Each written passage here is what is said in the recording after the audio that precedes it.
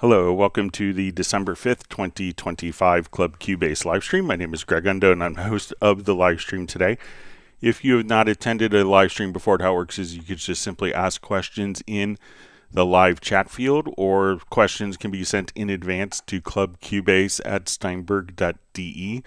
When asking questions, if you could indicate which version of Cubase or your Steinberg program that you're using. So with Cubase, it could be if you're running Cubase LE, AI, Elements, Artist, or Pro, and also which version numbers, if it's 13, 14, or 15. We also can, if you could indicate which operating system you're using, that information is helpful as well. When we want to actually, and we should have an index of all of the topics that are covered in today's live stream pinned to the top of the comments field. If you don't see an immediate response to your question, you can, if we could avoid repeating the same question, we'll get through it. Sometimes I may be 20 to 30 minutes behind the live questions, but we will answer all the questions chronologically as they appear in the live stream chat. So if we could avoid repeating the questions, that would be appreciated. Just slows down the process. If you want to search for topics, and there's over 42,000 that have been covered in previous live streams, you could go to cubaseindex.com.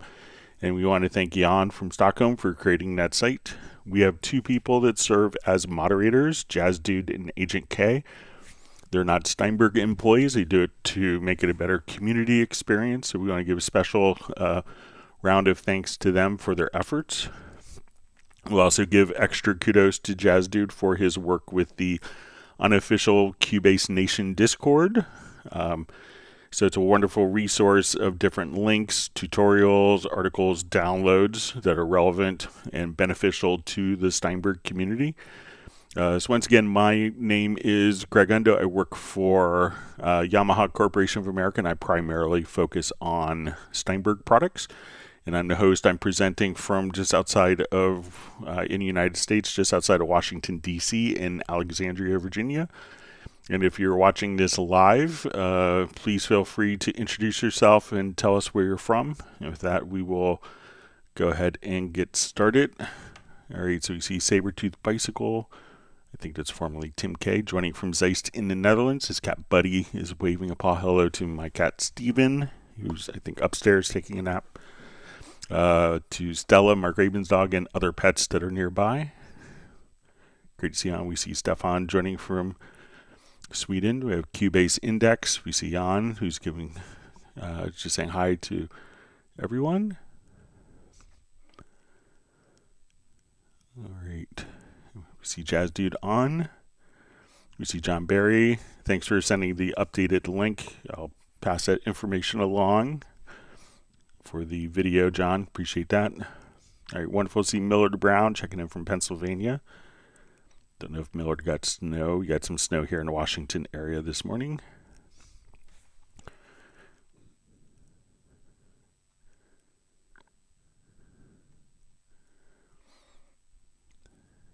All right, we see Benny from Sweden. We have Uno Memento joining from Finland. Rick France from the Pacific Northwest. Just saying hi to everyone. Just says really appreciate these sessions. All right, we have Gerard Mackey just asks what version is that software? So the software that I'm running now is Cubase 15 Pro.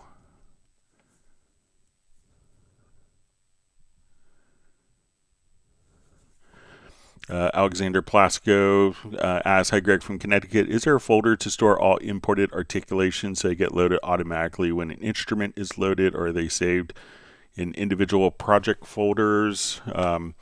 So when we come in, this behavior has probably changed a little bit, but when we come over, let's say to an expression map, let me just create one here real quick from an instrument.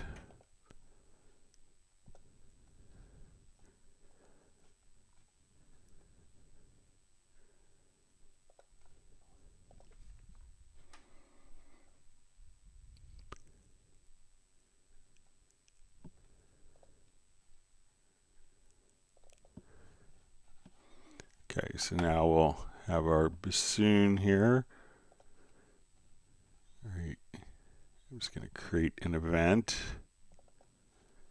And we'll go to the expression map and we'll automatically create one here. So, you know, you can save the particular, so you could export the maps to wherever you want. But also, I think if you want it to load up with the particular instrument, if we save it as a track preset, so let's come over here. We'll just call this bassoon.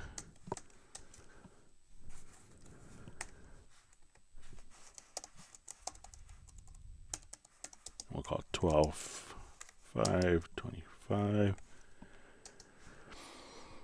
Okay, and I'll just name the event that. So I'm going to right click. Let's save the track preset. So we'll call it bassoon 12, 5, 25.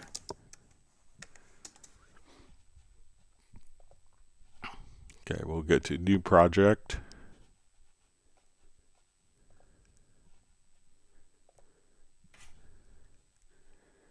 And now we'll just come over here to our user presets, track presets, VST instruments. So here's our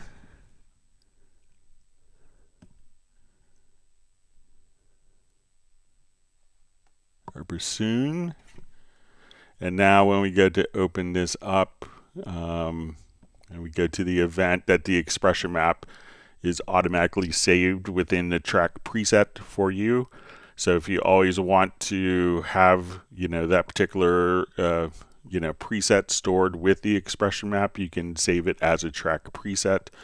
But the actual expression maps can be obviously stored within the template, which is what a lot of people would do. But when we come over to your expression map setup, you could just simply export it and put it into a common folder where all of your expression maps live and can be organized.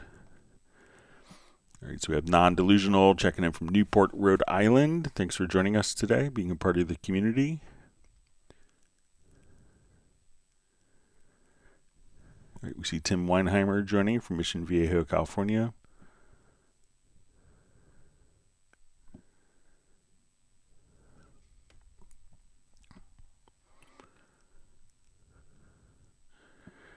All right, so we see Millard Brown asks, Greg, some Groove Agent expansions are listed as styles and others as drum kits. Would you please explain the difference? All right, so when we come over, let's load up just a quick Groove Agent. I'll do it as an instrument track.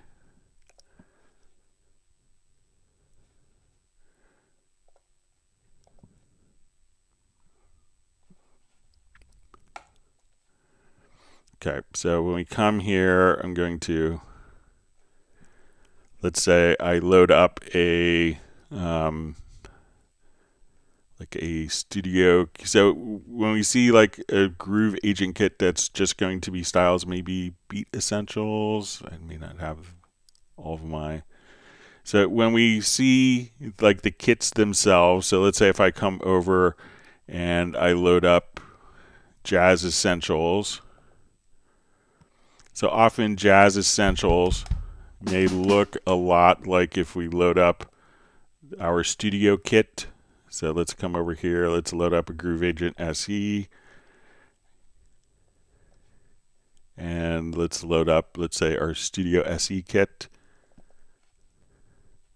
All right, so we notice that these look like are the same samples. So when we buy styles, styles will be the patterns that are used with the already existing samples that come with it, and a kit would be all of the new samples. So these Jazz Essentials would utilize the same exact drum kit and samples. There may be different processing for effects, but when we're dealing with just the styles, it's not going to include new samples. The styles are just like program patterns and programmed like mix, mixing with effects and processing. but don't contain, so the styles won't contain new sounds. They will utilize existing sounds that come with the program. But when you buy a drum kit, that would be new sounds that are unique to that particular kit. So if I load up, instead of my Jazz Essentials, if I come over and load up, let's say the Kit SE, that when we do this, this is a sample of a different drum kit altogether. So now we could mix and match styles. So if I wanted to play a particular style with this kit, that's when we could go into the browser and choose to, load up different styles if we wanted to. But a style is just going to be, think of it as like the patterns, and the kits are new samples and new sounds to work with. So let me know if that makes sense. All right, so we have Kenny Zariter, Z Keys from Nashville, Tennessee. Thanks for joining us. All right, we have Oscar in Amsterdam from Colombia. We see Vince from Flyview from Winnipeg, Canada. Thanks for being on. All right, so we see G Nick 88 saying howdy. All right, Workshop Gimp from UK, from Nottinghamshire. I'm sure I said that wrong.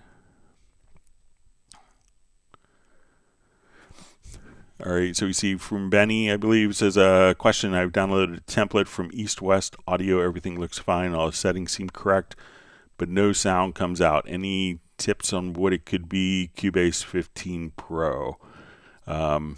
So, make sure if you wanted to send, so check to make sure one, because templates can be kind of often very kind of personalized to the setup. So, see if, first of all, make sure like that the template didn't, it shouldn't change your audio interface.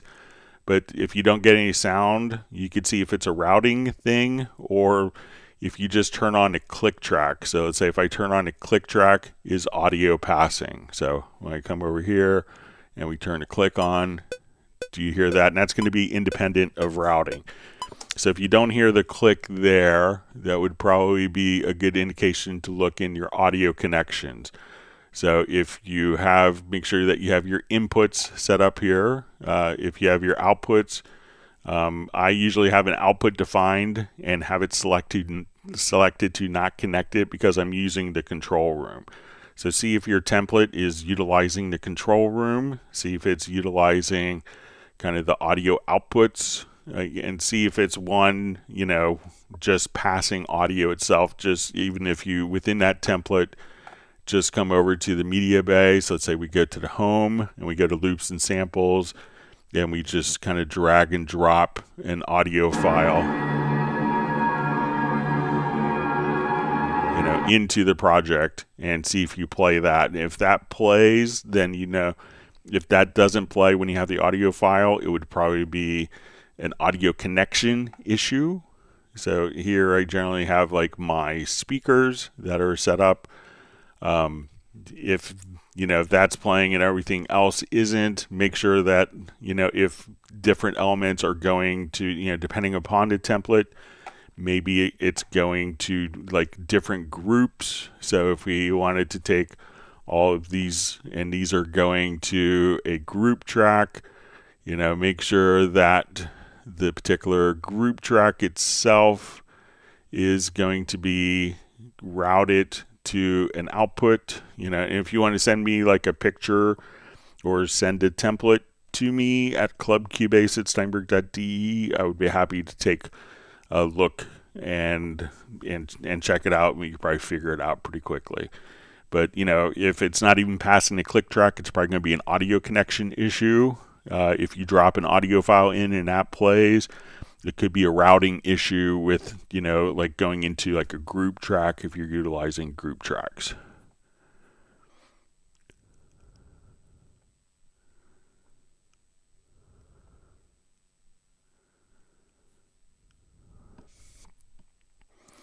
All right, so we have from MS Studio or M Studio 0367 says, "Hi sir, what is this?" So this is a Club Cubase live stream, and what we do is people ask questions about their Cubase or Steinberg software, and it's kind of a live Q&A session. So whatever questions you have, we will try to answer them and give you tips and tricks, and people will learn not only getting their questions that they have on utilizing the product to their needs, or you can often learn from other people's questions as well.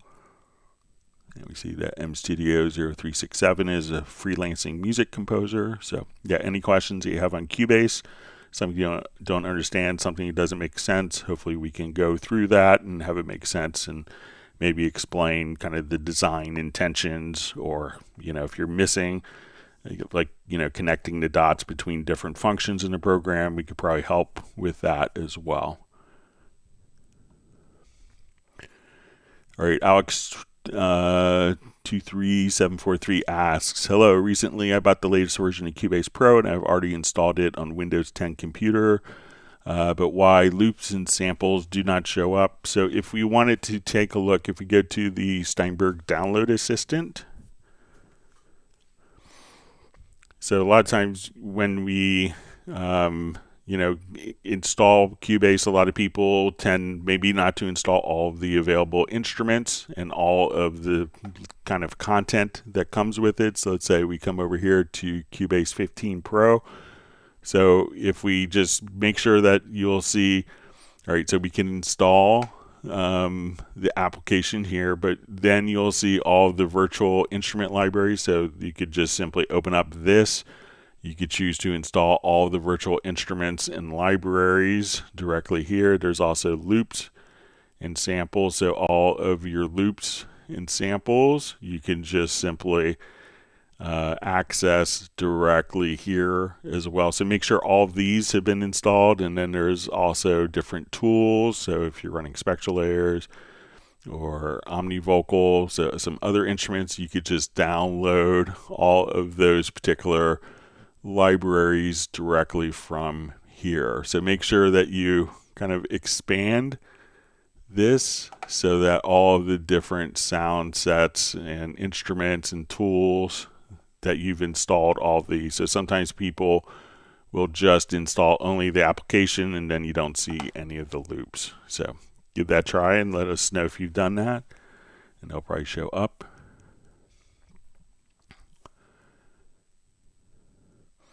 All right, so we see Rick from Bratman Studios says, hey Greg, Whittier, California in the house, clean, clear skies and topping off at 70 degrees. It says his new Mac Studio M4 with 64 gig of RAM with 1 terabyte is screaming along with Cubase 15 Pro. Features are showing up. Very happy. 32-inch screen is great. All right, so we see from Alexander Plasko, just says, thanks Greg. All right, Papavole says I just purchased Cubase 15 Pro this week. I'm having a load of fun getting up to speed with it, so that's great. Welcome to the live stream. We hope that if you have any questions that we could help you out. You see Papavole is fighting autocorrect. All right, we see John Costigan saying hello and thanks to all the Cubasers everywhere. You see Papavole says coming from Dorco in Ableton. Jazz News reminding that there's 3 days left for the cyber sales, so check that out if you're interested in some of the instruments, Dorco, Wave Lab, I think Spectral Layers as well. You see Papa Vols checking in from New Jersey. Thanks for joining the live stream today again.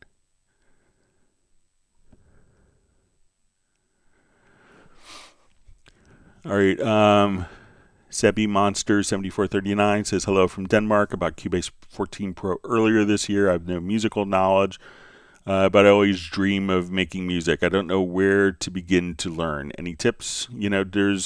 Check out, there's a lot of different, I see that Jazz Dude just shared kind of like beginning tutorials. One of them I think is really good, so if you go, directly to, you'll see it on the Steinberg site as well, but check out One Man in a Song is really good. Anytime you have any questions on stuff that we could, help you out from here, if it's like, how do I get started with this? So some people, depending on what type of project you want to do, you may say, okay, if I'm actually, running a particular, if I'm running a particular, if I'm doing EDM music, I would start you in a different direction versus if I was, if you were doing orchestral scoring. So, figure out what you want to do. And I think, it's obviously Cubase can be very overwhelming because there's, just so many features. But you don't feel intimidated that you have to learn all those features at once. Say today I'm going to learn how to program a drum beat. Today I'm going to learn how to sequence and I'm going to record, audio from my microphone. I'm going to record my guitar. And just try to accomplish one little task and have those building blocks. And then once you kind of figure out, okay, I can make a drum beat, and then, I can edit MIDI this way, and then I could actually edit MIDI for a piano or a bass part. This is how I could record a guitar. If I made a mistake like this, I could do this type of editing. And just kind of build those little blocks, almost like a Lego set, and then you'll kind of get your Cubase proficiency up. But, let us know like what type of projects you want to do, and maybe we could get you guided with how to get started for that particular type of project. And check out the links that Jazz Dude had kindly shared.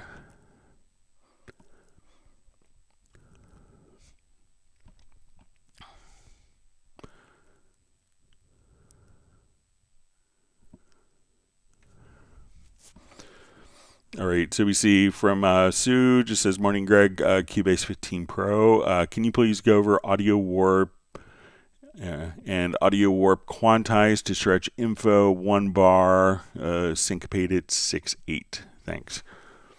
Okay, so I'll just program maybe a quick 6/8 pattern here. So.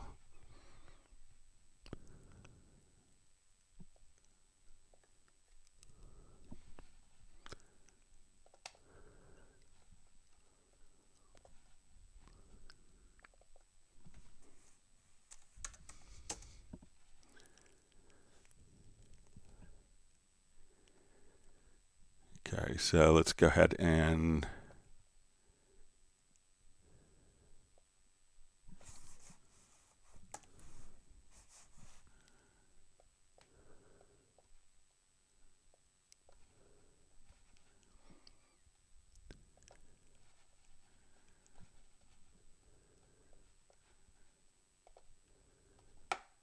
I'll program something. I'm going to render it to audio.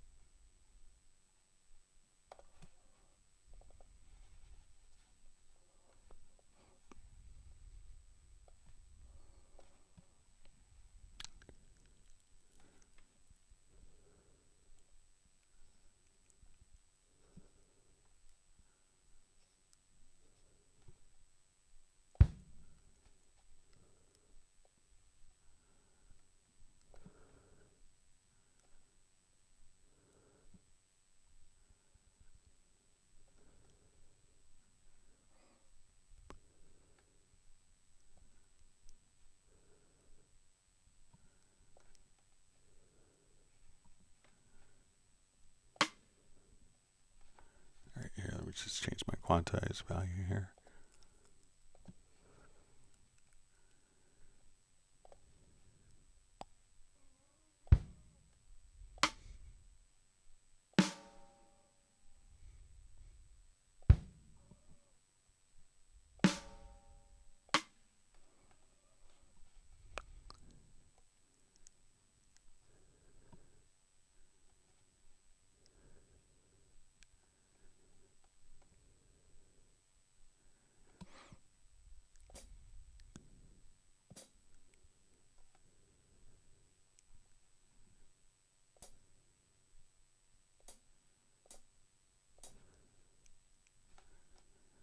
All right, so let's see how this is here. So let's say if I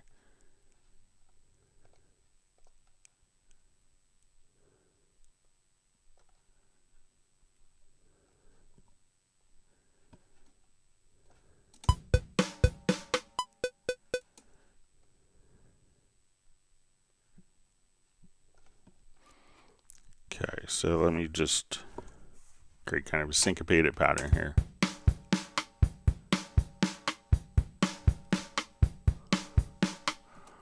Okay, so let's render this to audio quickly. So I'll go to my audio and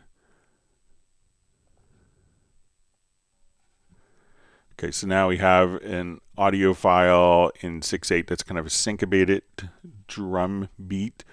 All right, so let's say, and so let's say we listen to our audio file now.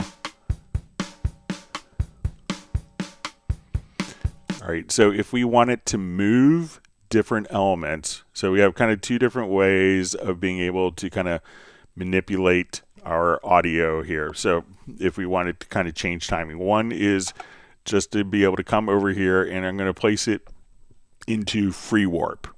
And then when we go to free warp, we can see that, you know, when you have the audio file selected here, that we will have our kind of, let's say, our hit points, finding kind of the rhythmically significant parts.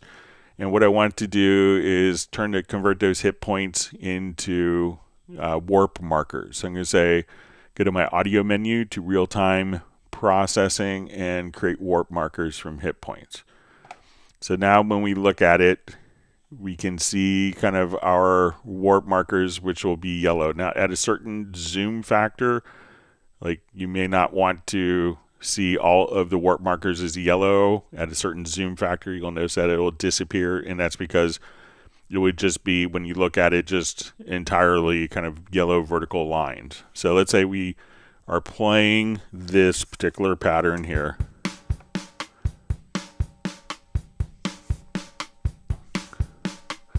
And let's say we wanted to come over and do some free warping. So what free warping is going to allow us to do is I'm going to take this particular pattern. I can move these particular lines over. So I'll just say, okay, let's move this.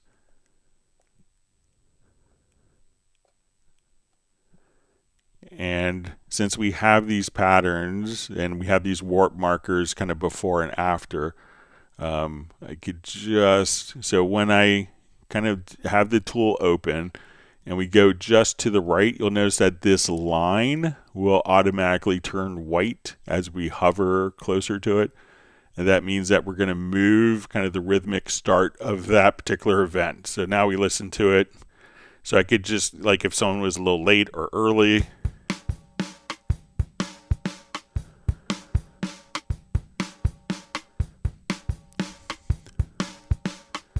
all right, so let's say we have this and now I'm going to render this in play. So let's say someone played that, but I want it to be tight.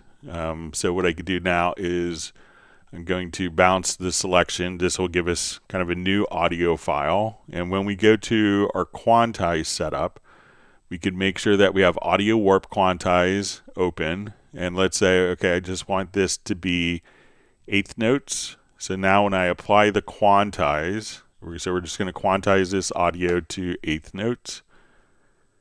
So we'll say apply, and now we listen to it and it will be straight.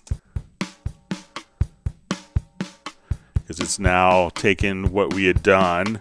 So we could manually adjust our different parts if we wanted to put like a swing feel in or just change the feel. Or we could just choose to quantize and correct those when we need it. And I could do this also and say, okay, let's put like a swing feel on it. So we could say, okay, I want to quantize that with a swing feel of, let's say, 80%. So now when I apply the quantize, even though this is straight and rhythmically correct, we can change the feel of that event through the quantization. So we're kind of doing this without having to manually assign the warp markers. So, but it's kind of doing the same process. So if you want to manually adjust something, you could use, assign the warp markers and just use the free warp to move events, or just kind of select the audio events and choose to quantize it. And again, you could apply all of your different quantization functions. You could apply your swing if you want, or if you don't want any swing, just come right over here. And now we could just say, okay, we're going to apply the quantize, and we're back to it being kind of a straight feel. So let me know if that's helpful for you, Sue.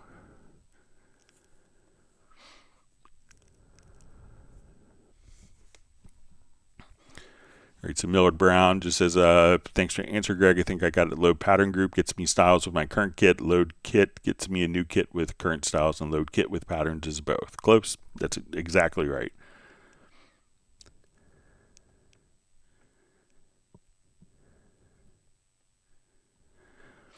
Ricochet asks, hi Greg, is it possible to drag to and from Media Bay MIDI parts, MIDI files, or anything else in any version of Cubase?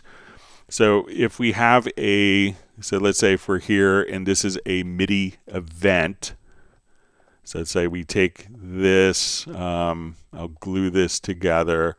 So just an actual part itself, like an event that's in our project window here. So let's say we have our MIDI event. I'll just unmute that. And as we have our MIDI event here, what we want to do, so, by itself, we can't necessarily drag that to and from the Media Bay. If we exported it as a MIDI file, we can. So let's say if I come over here, I will solo. So I just want this one particular event. I'll come over here and let's export a MIDI file. And we'll put this on our desktop, say 12.5 MIDI file. Okay, now we could also come over here and we could export something called a MIDI loop. And MIDI loops are for instrument tracks, and it'll be one single event. And what a MIDI loop will do is export the MIDI information plus the instrument that's assigned to it. So if I come over now, I have this event selected that is part of an instrument track, and we go to File to Export. We will say MIDI loop, and MIDI loops are going to be more, I don't know of other programs that import MIDI loops. I guess it's possible, but if we want to come over here, so let's say 12.5 MIDI loop. Okay, so I hit OK, and let's do a new project. We'll create empty, and come over here to my Media Bay. We'll get to our file browser, and we'll say, okay, let's get to desktop.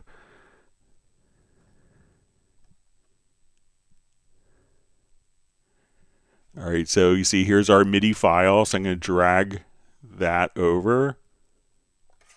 And we have the MIDI information, so the name is carried over, but it's not routed to anywhere, all right? Because that's just the raw MIDI data. Now, when we have a MIDI loop, we'll come over. We just look for.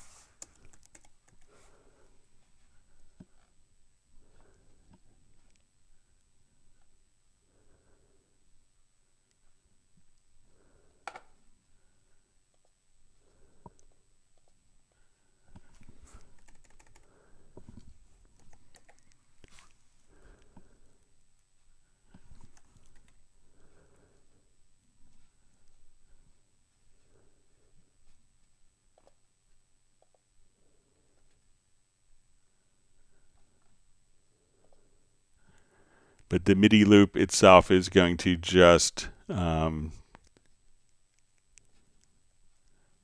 just,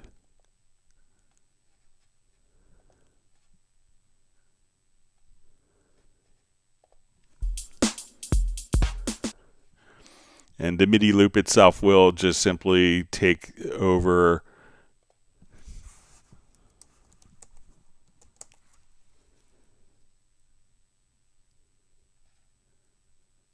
maybe I didn't save it from the R1, but the MIDI loop would be the same thing, but that would load up the particular instrument.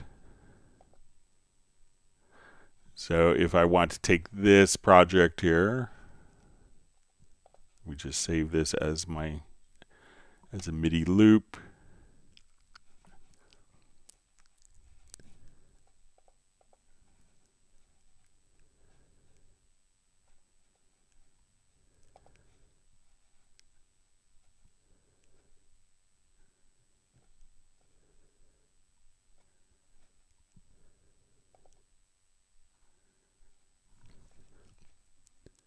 But let me see if I just go over to like user presets. Let's see if it's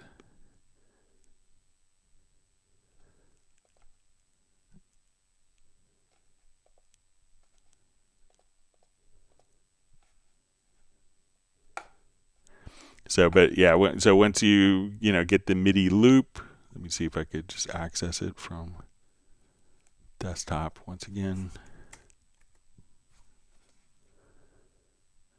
Then the MIDI loop itself will, yeah, so then that would load up the instrument. But just the actual parts, now if you wanted to import parts from one project into another that just contains like MIDI information, since the raw MIDI, like this is going to be just a part, you could also come over here and choose to import tracks from project. So if you say, okay, I want to come to this particular project and I wanted this quartet track. So now we could just import tracks from other projects and have those automatically imported as well. So let me know if that makes sense. So if you export a MIDI file or save a MIDI loop, you can drag and drop from Media Bay. All right, so see Benny sent the email. So we'll see if we can take a look at it maybe towards the end of the live stream if we have time.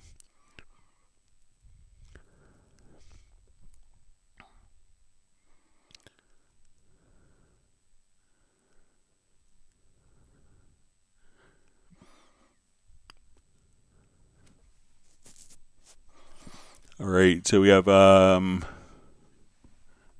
question, let's see, from Don Pryor, 9144.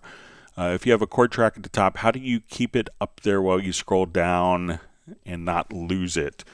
All right, so let's say we have a chord track. All right, so we're going to add a chord track. All right, I'll just populate a couple chords here.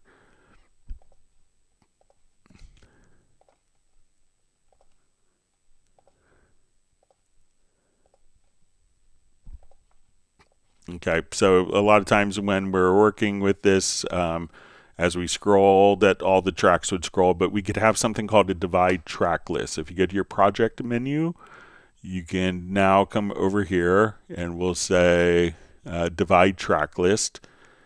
And now when we do that, we could place tracks and the chord track will automatically go at the top. So let me just add a bunch of tracks here.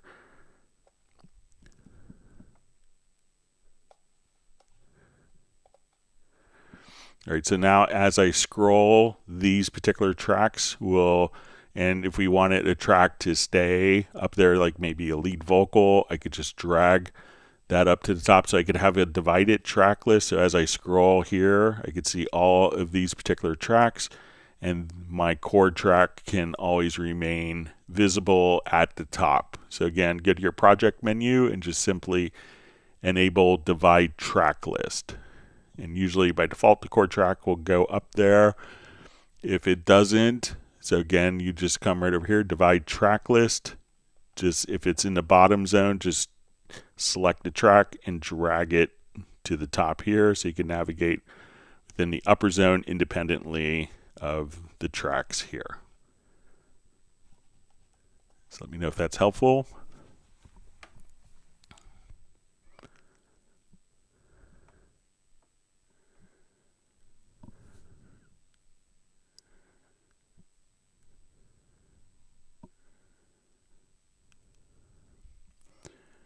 Okay, so we see Soren checking in from Sweden. Thanks for joining us.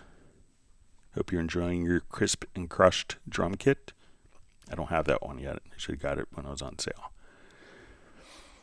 All right, audio warp from Sue just asked, audio warp, I keep getting a message, no grid editing when tempo is ramped. How do I manage this problem? Okay, so let's say we're here and let's add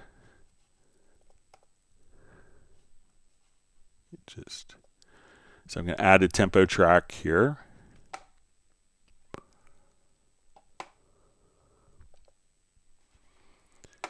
Okay, so when we're doing kind of our free warping, so let's say we're in free warp mode,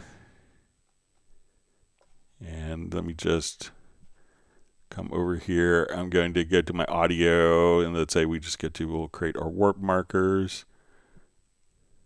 All right, so with this, we see that we have kind of our grid, and we could move this based upon a grid. Now, when we have a tempo track, you know, sometimes you may have tempo tracks, and we could just kind of slide this over, and we could have it choose to be step or ramp.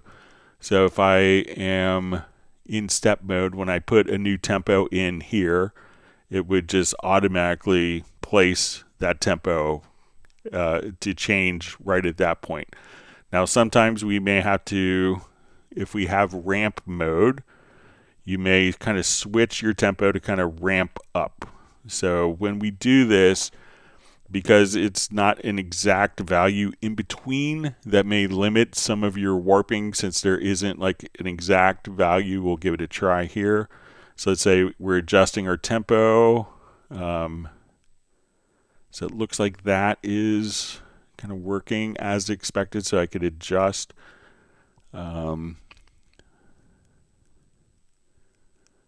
me see if I place this into musical mode, if that changed the value here. If we get,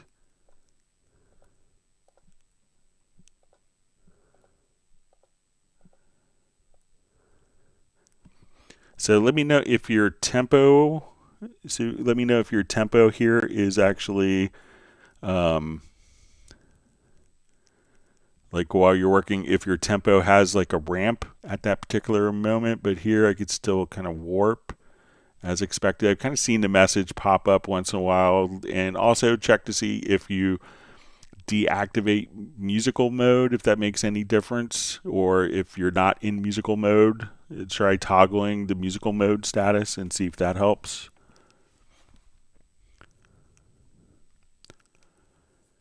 All right, Sebi Monster asks, I can answer what kind of music I would like to make. I often imagine orchestral melodies or small ensemble music of the somber kind. So definitely if you want to do like orchestral stuff, a great place to start. So with Cubase, you're going to get an instrument called Iconica Sketch. So let's say if you wanted to come over here, and let's say, okay, we're going to add an instrument track. So Iconica Sketch works inside of Hallian Sonic or Hallian. Hallian Sonic is included with your Cubase. So you'll see like your different instrument libraries here. So you can now just kind of come over and say, okay, I want to find my Iconica Sketch. Okay. So let's say we want to do maybe an English horn. All right. So we want to have different melodies. So one thing that's always, if you want to experiment. So let's say, okay, I want to put this on like sustain. And if the patch, if we listen to it and it's like, oh, it's really quiet, just move your modulation wheel if you're on the sustain patch. Now, sometimes you may want to have like, maybe a basic chord progression. So let's say, okay, I'm starting, maybe I'm starting with a chord progression. So we could add what we call a chord track. So let's say, okay, I just want to come over and let's say, okay, I want this to be in A minor. So we'll say, okay, let's go A minor. And let's say at this point, let me just switch to bars and beats here.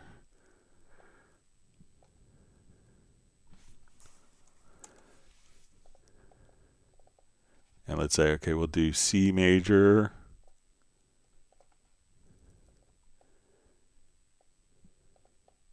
like I said, going to D minor.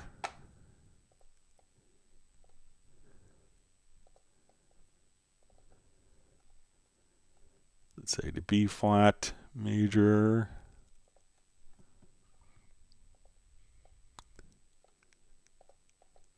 We'll do F. Or let's make this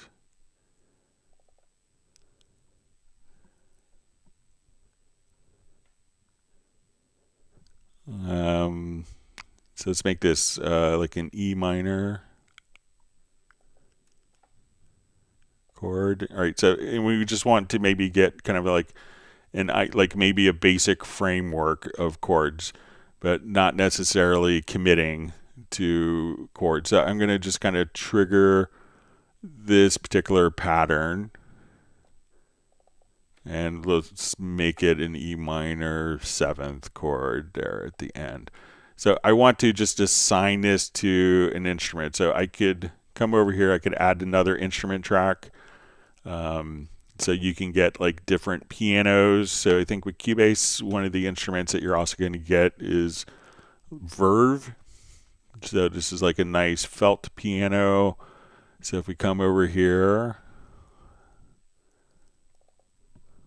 all right, so I have kind of a chord track, and what I want to do is just to have this chord track play Verve. So I could now, we'll start out over here.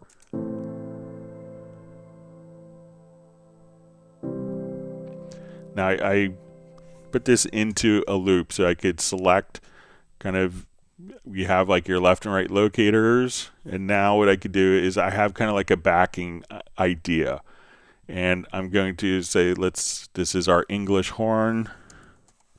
So I just have some accompaniment, and now what I could do is, okay, I just want to try out different ideas. So I could just place it into record, and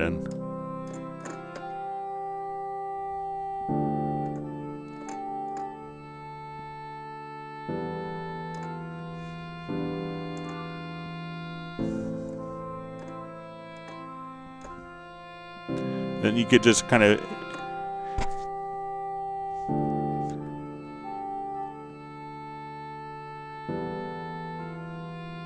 and then we could also just kind of put it into like a cycle record. So if I just wanted to, you know, as we're doing our cycled recording, I could just say, let's do stacked. So if I wanted to try out some different ideas, so when I come over here, I'm just going to record.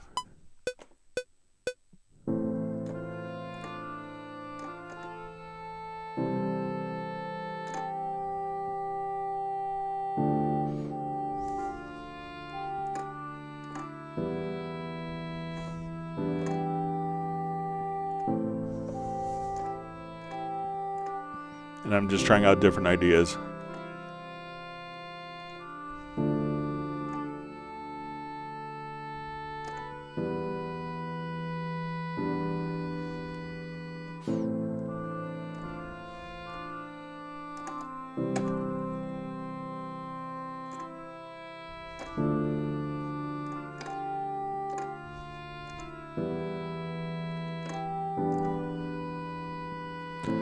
And then like what you could do now is like, okay, I really like, you know, take one is you can now just have different ideas and switch between those different recordings, and you could take parts from different recordings. But if you just kind of lay out like a chord track, and then you could improvise and develop different ideas, and there's no consequences for just keeping, you know, to continue to record and capture your ideas and kind of realize your creativity. And then if you wanted to, you know, copy that to another part or add other instruments, it's kind of the same process. But if you start with like a chord track, then you could just, you know, very easily develop your themes and melodies, and, you know, just kind of be inspired or change the chords if you wanted to. So, but that's a great place to kind of start.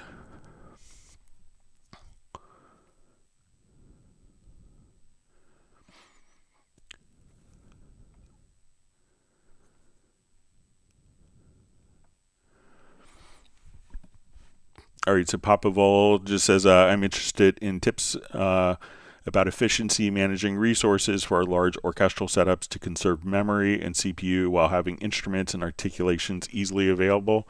So one of the things that you could do, and if you have like kind of a large orchestral, one great setting to be aware of, and this is a preference, is as we come over here, we can say, okay, let's go to under VST, and I think you'll see plugins. So one of the things that you could do is say suspend VST3 plugins when no audio signal is present. So if this is checked, and if you have a template with a large number of instruments at that point, all you'd have to do is just say, okay, as we're working with this, if that instrument isn't playing, it's not going to be taking any audio performance away from your system. What many people have gravitated to is kind of, people would often have almost like slave computers running like different instruments. But I think that there's lots of people now that are utilizing, many composers that I've seen. I remember, going to P&R Toprak's house, to her studio, and, discussing her workflow with her. And, what she's been doing, what I see a lot of composers doing now, especially with the high performance systems, is they'll have their template.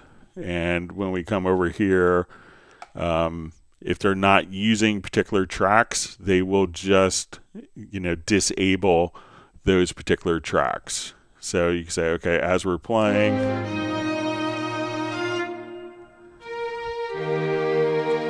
and you say, okay, now I'm doing my viola part. I have everything loaded up and routed. And if we come over here, we can say, okay, we have our expression maps. So this track isn't taking any memory. It's not taking any audio performance because it's disabled. So you could right click and, okay, I'm ready to do that. And now I could enable the selected track. I could come right over here, enable selected track, enable selected track. So many composers I see are kind of migrated to doing everything on a single system with large orchestral setups and enabling tracks as they need them instead of having all the tracks constantly, utilizing memory. So that's another approach, is just to, and each of these tracks, when we come over, could have their own orchestral, the articulation maps automatically assigned and routed to them, and you save it within the template. But when you go to use a track, you could leave it disabled until you're using it and then enable the track.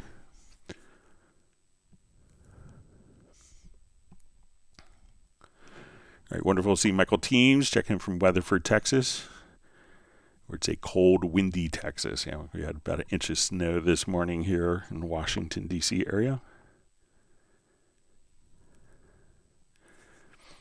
All right, Millard Brown just has kind words, just saying this live stream and this vital community is easily one of the best things to spring from the COVID lockdown in 2020. Thanks to all. It's kind words. Thank you very much. Keeps me employed too. So,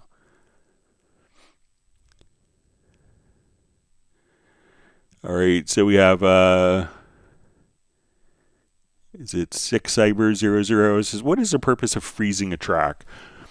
So freezing came about as when systems weren't nearly as fast and capable for lots of like real-time audio performance and lots of voices coming from VST instruments. So, let's say this viola track was pushing my audio performance over the edge, and I can't, I see my computer being kind of very slow and lethargic kind of in its performance, and I can see that like the cursor isn't updating as much. So to get around this, what freezing a track would do, and we could do this for a single track or multiple tracks, is when I click on the little snowflake icon here, I'll just do it with, let me just do it with an actual, but we could just come over, let's say if we look at our instruments over here, we could choose to just come right over here and freeze that instrument. And what that would do is it would keep all So as soon as we freeze this particular instrument, and this is going to do the entire instrument, so this is every single part, and that would play back as an audio file in the system. I'll just abort it for demonstration's sake. So that way, instead of this taking audio performance and taking away my memory on an older system, and this is primarily for older systems that didn't have as many capabilities or as many real-time voices, and if we say, oh, you could do 1,000 voices, of orchestral instruments with these libraries, composers will immediately say, oh, it's great, I need 2,000, I need 4,000, I need 6,000. So what freezing would do is basically take this particular track, when it's an instrument track, you could freeze that track so that it's rendering it in the background as an audio file. And when you do that, now we can't really edit or move the event because it is frozen, and it's basically we see the MIDI data and then we could choose to unfreeze the tracks. But it's an easy, elegant manner to render the particular tracks that are taking a lot of CPU and memory performance away from our systems, so that it's simply playing back an audio file in the background. But that kind of commits you to the edits and how everything is laid out until you unfreeze the particular track. So freezing is just a very simple method to render tracks in their place. Nothing looks different, and it could free up memory and audio performance.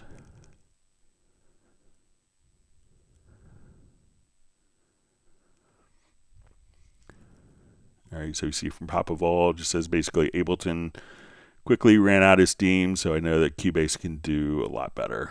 So yeah. All right, so we have Tiago joining from Brazil. Great to see you on.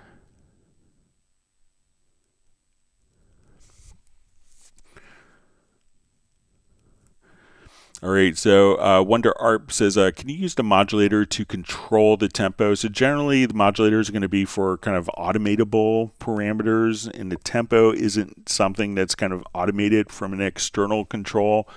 We can go into a tempo track, and it's a bit of maybe not the best implementation, but you can, start recording and adjust the tempo like manually here, and you could just kind of using the mouse, you could adjust the tempo, but the modulators themselves won't control the tempo. It's going to be more suited for controlling parameters on a channel or parameters within a particular plugin, but not necessarily tempo.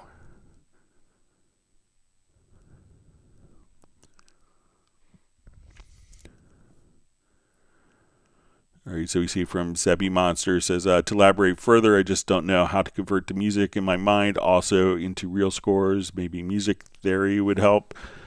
First I would consider, if I was doing that, so a lot of times when if you're starting off, you may, your end goal immediately, may be to capture your ideas. So just like what we're doing with the English horn, with the chords, capture your ideas. And I would work on getting what you hear in your head to be conveyed into Cubase. Now, getting it into the score is great if you're planning on hiring musicians and they need to see music in front of them. Like, if you go to a lot of orchestral players, and I play in an orchestra, and if you said, okay, we're going to improvise, do a 1, 6, 4, 5 in the key of G, they're going to look at you kind of like, are you a computer programmer? What are you talking about? I need the notes in front of me. So I wouldn't necessarily worry about like the notation first. I would capture all of the information into Cubase, and worry about the notation when you're going to be recording real musicians, and that's how you're going to communicate your musical ideas to like traditional orchestral musicians, winds, brass, strings, percussionist. That's how you're going to be able to communicate with them. But just starting off, I would really, myself, I would focus on just, what you hear in your head, recording and capturing that in Cubase.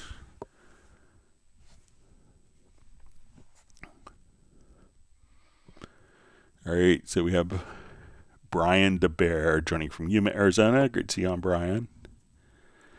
All right, Uno Momento wants people to whack the like button.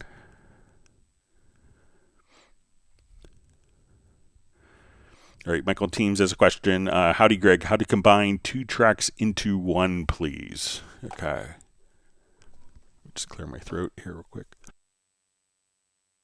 All right, so if we want to combine, like, let's say 2 audio tracks into one.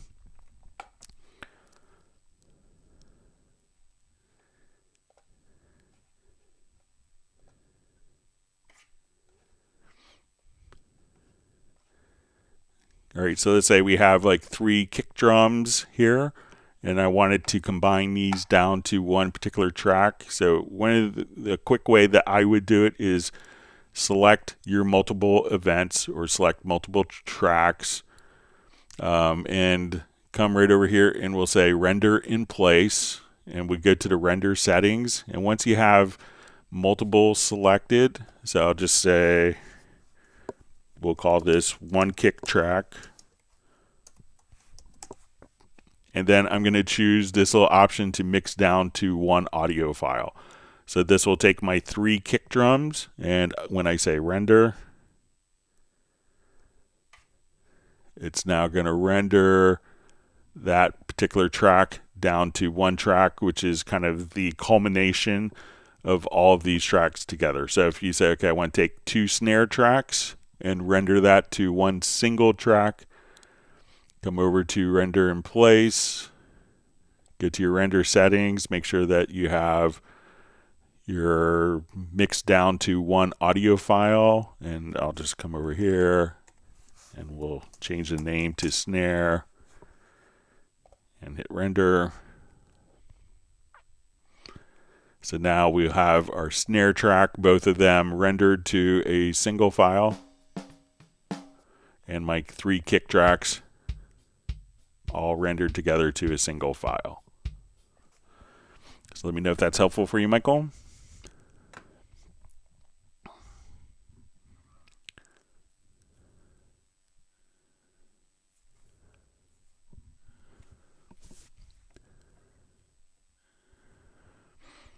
All right, so we see from Kenny Zarider, need to separate vocals, drums, guitar, keys, etc. from live tracks. Is this possible without Spectral Layer 12 in Cubase now? So can I use on multiple tracks? Hope this makes sense. So if we have a like a single track, what we could do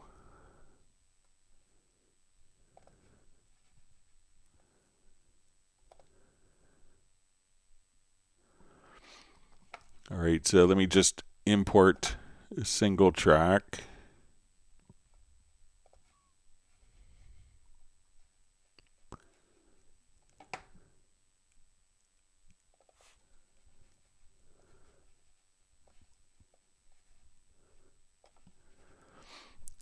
Okay, so let me just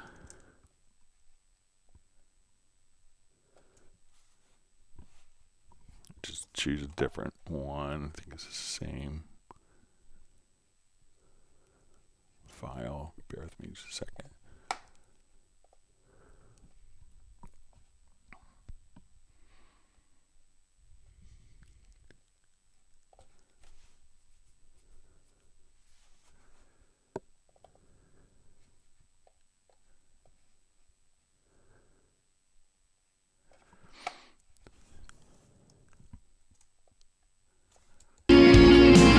All right, so let's say if I wanted to take this particular track here,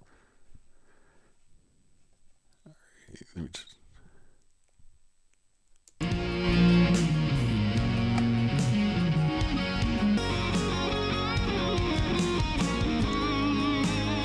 let me get one with vocals. Sorry.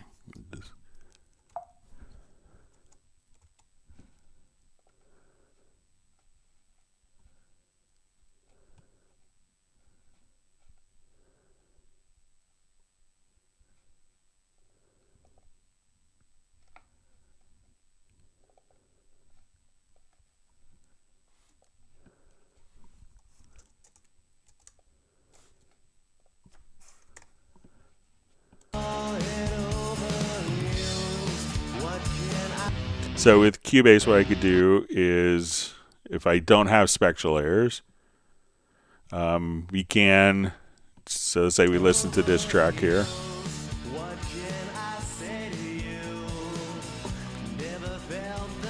All right, and let me just, okay, so if we don't have spectral layers, we could come over here and let's go to separate stems. And here I could unmix the vocals, drums, bass, and other. And other could be a combination of guitars and keyboards. So let's say I'll come over here, we'll do this. And for unmixing, that's pretty fast overall. So, but now if I wanted to come over,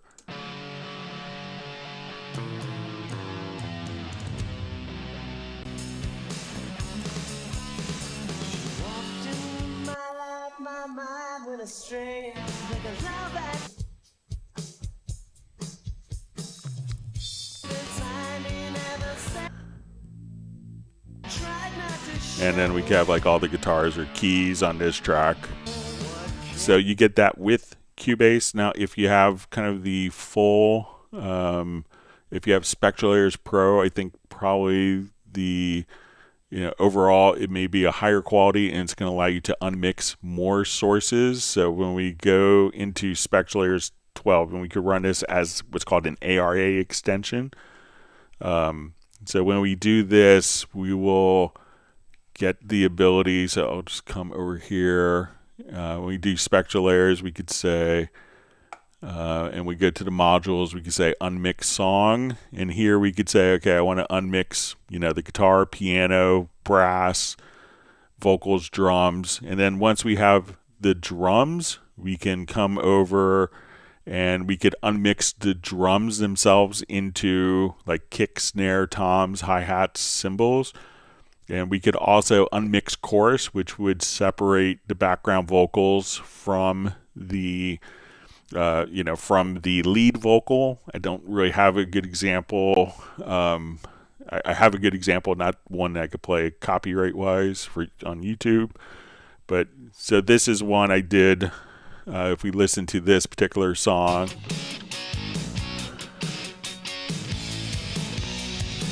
So, and then each of these would show up as a layer.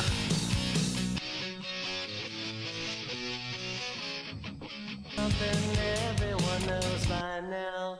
Something that everyone's figured out. Miss Judy, deep in your heart, they say. So let's say, okay, the bass is too loud, or the bass isn't loud enough.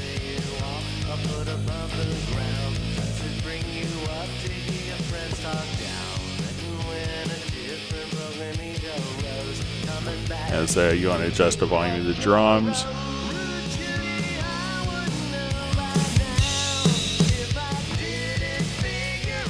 So it'll separate these into layers, and then we could take these particular drums and let's say, okay, we'll come over here. I could take, one of these layers and drag it out into the project window itself. And then we could, do individual processing on it. So probably if you have the full spectral layers, they are different algorithms. If you need something that's built into Cubase, you can just go to the audio menu, select the event on the project window, and choose to separate stems. Or if you have the full spectral layers, then that would give you more breakdown options for the unmixing, and probably, and arguably, probably a better quality.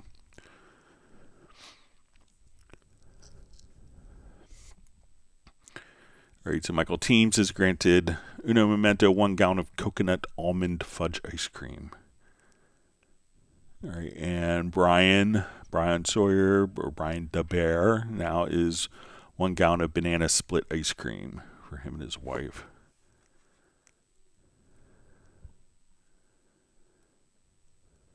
And Millard Brown has received 1 gallon of strawberry ice cream.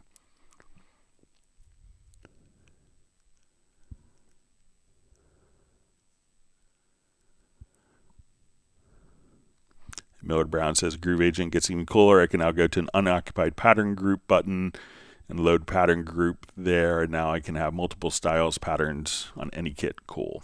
yeah, so there's a lot of great stuff in Groove Agent 6. And, even though Groove Agent 6 SE came out with Cubase 15, if you have earlier versions of Cubase, I think from 12 up, you could download Groove Agent SE 6 free of charge.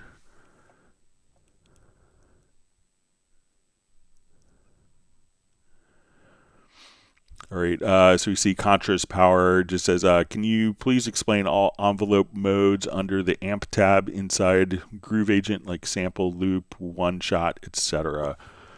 Okay.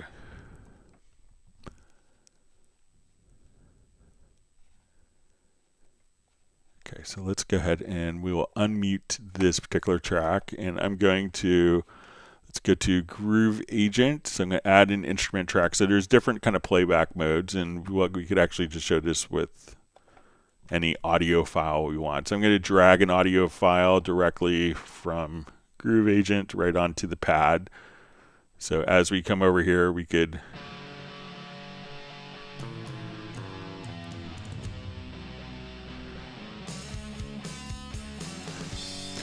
right. So when we do this, we're going to have different playback modes.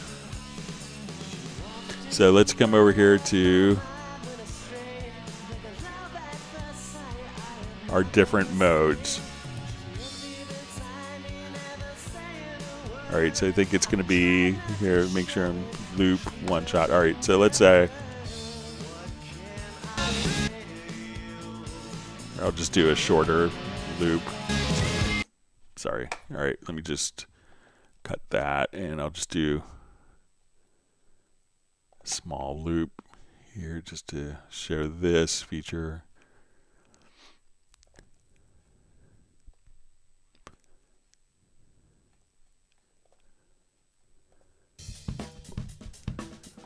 All right, so we have this loop. So when I play this loop,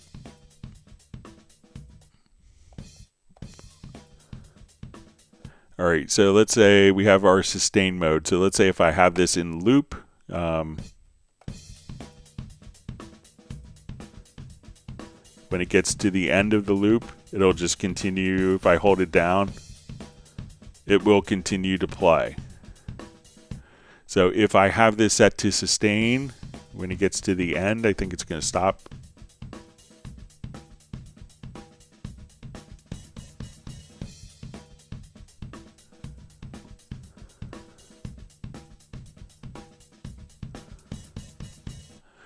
All right, now let's say if I want to do one shot, it will now just kind of play that. So now let's say if I, as soon as we get to that point in the envelope, it will just continue to stop playing right there. So let's say if we have our sample loop. Now we could also come over here. So let's say if we go to our main area, and we could set up like different sample loop points. So let's say if we come here, let's say we just want to do like a quick loop between these two. So now as we play, we come here to the amp section.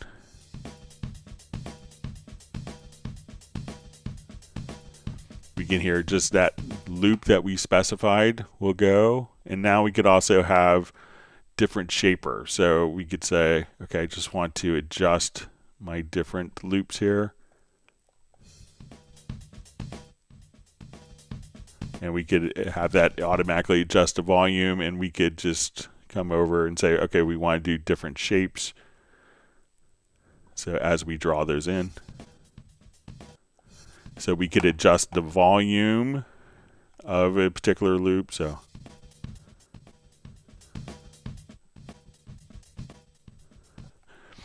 that just kind of gives you some different options for what you want to sustain. If you want a different loop, if you want different envelope shapes that you can utilize. So this was originally in Hallian, and then in Cubase 14 migrated to the sampler track, and now it's part of Groove Agent SE6.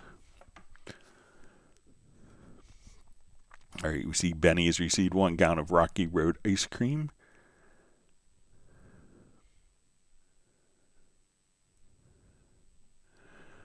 All right, so we see Sue just asked regarding audio warp topic. The MIDI editor for piano part free warp is not available in the editor. So we're not necessarily stretching MIDI in the same way because, when we look at a audio file, so let's say if we, have an audio file in our particular system. All right, so we'll just...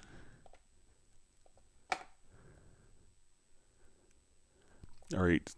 Now, when we come over, let's say, okay, if I add, let's say, a MIDI event here.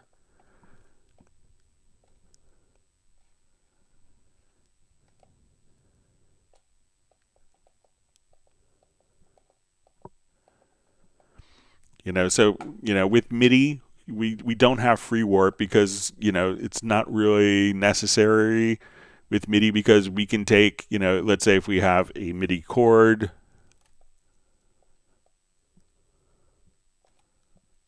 we have harmonies here.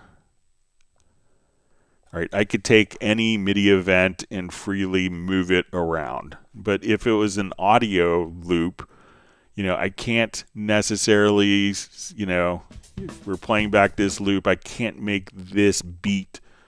Like if I wanted to have an event that's on that beat here, so let's say I want these notes to be right here on that beat. With MIDI, we can freely move MIDI notes, and that's kind of the beauty of it. It's like we can adjust the individual letters in a word processor document as opposed to the whole word or paragraph.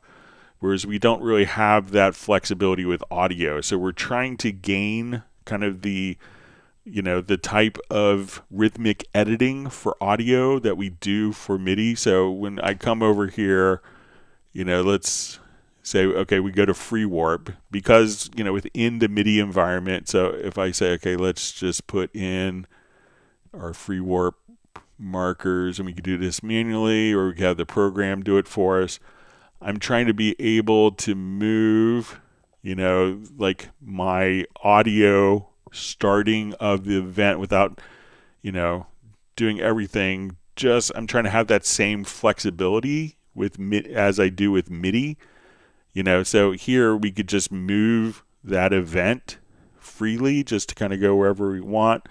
But, often within an audio file, changing just that particular rhythmic feel within the audio file isn't traditionally as easy, but now with warping, and if I have my grid on, so if I hit J, I could say, okay, we want to automatically have this transient, and we could have it snap like right into the grid if we wanted to. So at this point, we could say, okay, I want to just simply snap right into the bar or beat.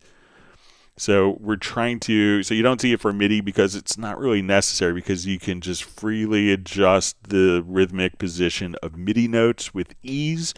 We're trying to get that same fluidity of rhythmic placement for audio, and that's what the audio warp does. And that's why you don't see it within the MIDI editor because the MIDI editor inherently has that kind of included within its flexibility of design.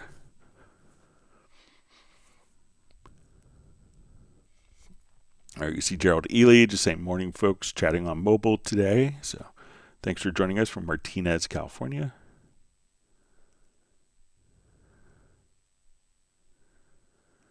All right, so we see Wonder Arp says he uses the D key for disable and enable. Can't remember if I changed it myself or if that was standards. I think it's probably user assignable. But I don't think there's an activated shortcut by default for it.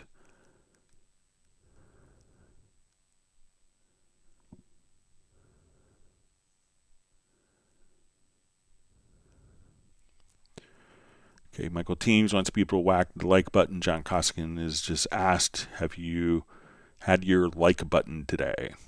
All right, Contras Power asks, is it necessary to drag a sample loop to the start of the locators because sometimes it doesn't stay in tempo even when musical mode is on?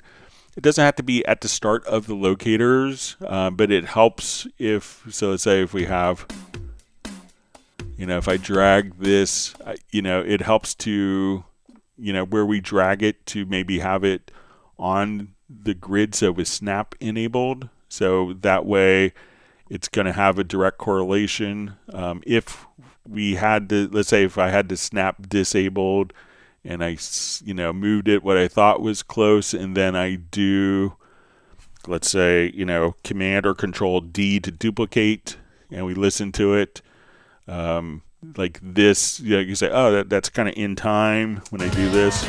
And let's just come here. And every time it's just going to get a little farther out of time because this initial delay.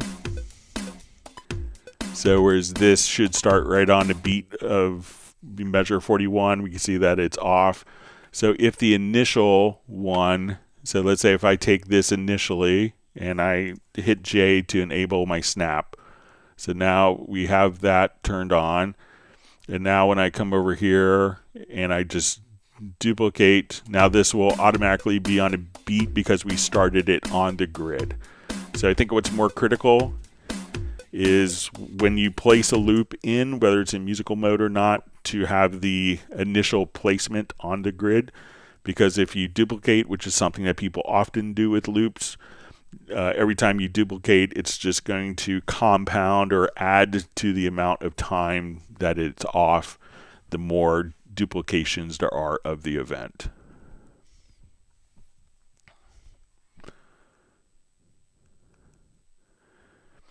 All right, so we see Michael Teams has granted John Costigan 1 gallon of fresh butter pecan ice cream for him and his wife.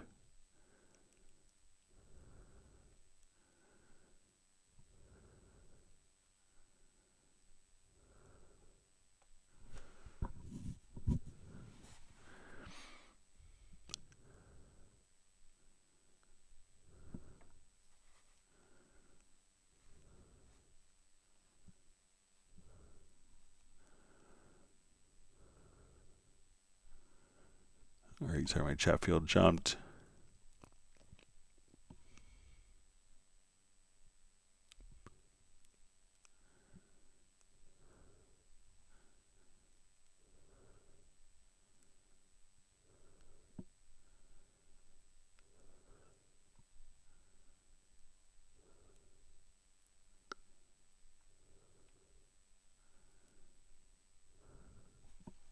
Sorry, let me just find my place. Okay. All right, so we see from Suge, it says Audio Warp MIDI editor, even with the snap off Audio Warp cursor snaps. Thanks. All right, so maybe we covered that.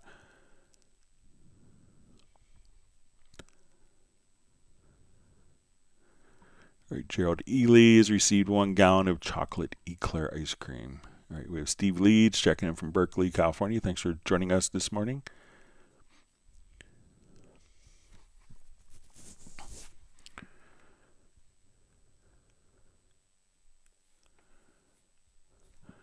So Soren says, do you have example song with much colliding frequencies where there's too much going on in certain frequencies? Can you talk about the approach to deal with that? I send problem song later, perhaps. Thanks. Yeah, let's see if we could create one. Let me just look in my recent projects and see if we have something that might be a contender.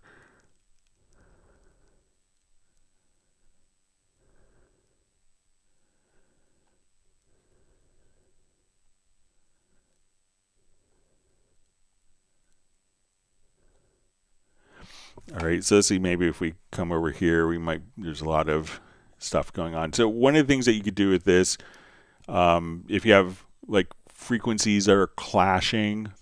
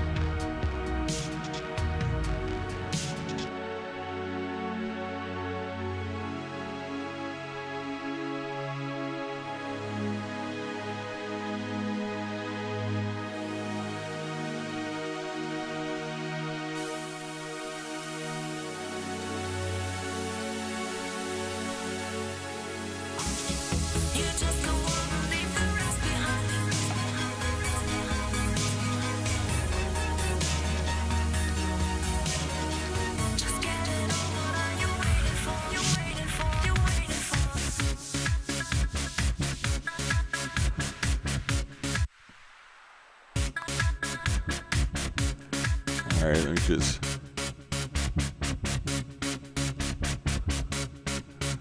All right, so let's say I want to take maybe.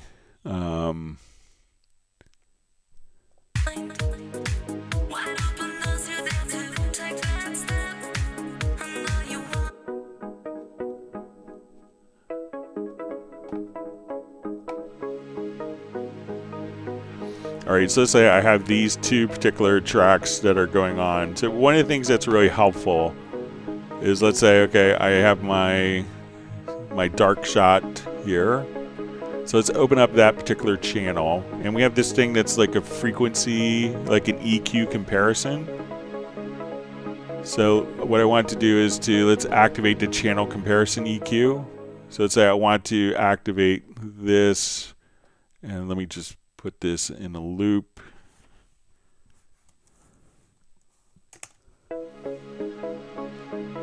All right, and now what I could do is let's go to almighty strings, and let's say these two are clashing. So I could kind of see the different frequencies here of almighty strings and the dark shot. So if I come over here, I could adjust kind of the EQ here of one of the bands. So let's say this is for the dark shot. Now I want to go to the almighty strings. And now I could adjust the frequencies, and I could just kind of bounce back and forth between these two different EQ modes. So I could just take two tracks that are clashing. So let's say if I, roll off my high end here. So let's say maybe if something like that could be clashing, but if I take those frequencies away. So now we could kind of see these two different channels in one of the channel EQs and just kind of do comparison between them. And that's a great way to be able to work with that. Now, another thing that you could do is, let's say if you're using an EQ like frequency on this particular track. So let's say we will come back to our almighty strings here, put this up. So let's say these two are clashing a little bit. So if we come over to your almighty strings patch, let's run as an insert the frequency EQ. And one of the great things is now in 15 we could just scale this. So let's say, okay, I want to make it bigger. So I could find, so if we put the auto listen on, like I could find those particular frequencies that are kind of clashing. So we could isolate those particular frequencies. So let's say we're in band 6, and what I could do is say, okay, maybe I want this EQ to be left and right. So now I could EQ the left channel and the right channel separately and kind of leave out maybe the mid-range for the other channel. So we could have independent EQ for the left and right channel or the mid side within frequency, but never forget to just use kind of the channel comparison EQ. And that's a great way if two different tracks are clashing against each other. Just open up the channel settings, activate the comparison EQ, select the two tracks, and then you could EQ them against each other and just simply switch back and forth. So if you haven't, that's the first place I would start with dealing with like frequency clashing on a track with EQs.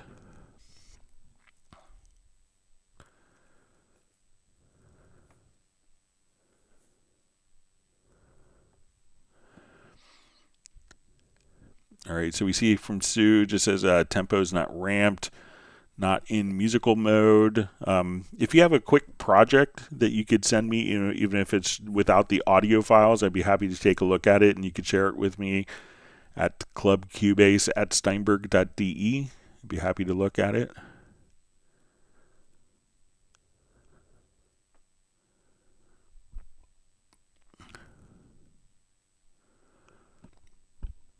All right, so we have AWS Husham or AW Shusham. Says how to apply custom groove swing grid line to the drum machine / drum editor. Best regards. All right, so I'm not sure if it's like in the drum machine or within the drum. We'll do both in the pattern editor and drum editor. All right, so we'll start with like a drum track.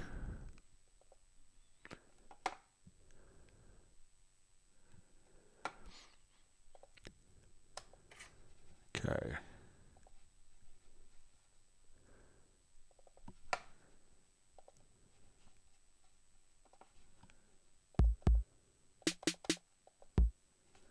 All right, so let's say if I want to program a quick beat with this.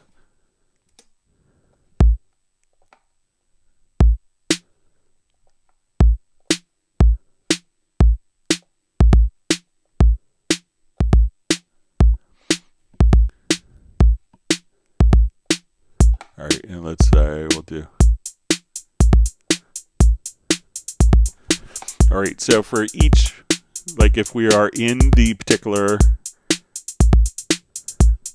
and I wanted to apply like a swing feel, so I could just come over here and let's say if we're just in,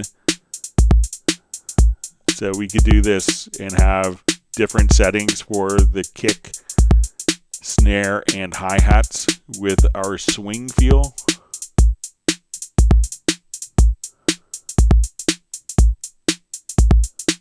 So even though that's kind of, so each different drum, so it doesn't necessarily change kind of the actual grid part, and often you need the grid to be able to develop. So let's say now if I drag this over, right, and we have, let's say, our pattern. All right, so I will convert let's take these and I'm going to convert them all to MIDI events. So now when we look at like our drum, let's say we look at it in the drum editor. So usually the idea is not to, come over. So let's say we want to take our hi-hats here and let's just make our hi-hats all like straight 16th, straight 8th notes. So I'll come over here. So I will select all these. So now we look at our hi-hats and they're all.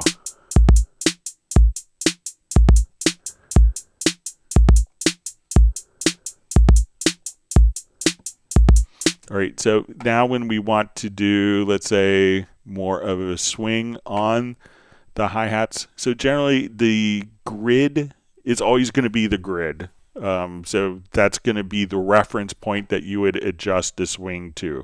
So the grid doesn't necessarily accommodate the swing. So the grid is the reference point that the swing is offset from, so that you know what the particular grid is. So let's say if we move this up to, so we can see that this line is now shifted from the grid, and that relationship between that shift and a grid is what makes the swing. So that when it come here, so you could do you may not see it visually in the pattern editor, but you can still have it. But the actual grid itself won't change, but the notes and how they relate to the grid should be saying, because the grid should be should indicate exactly where the bar and beat are. And then you would offset the swing to, it's how it's related to the particular grid.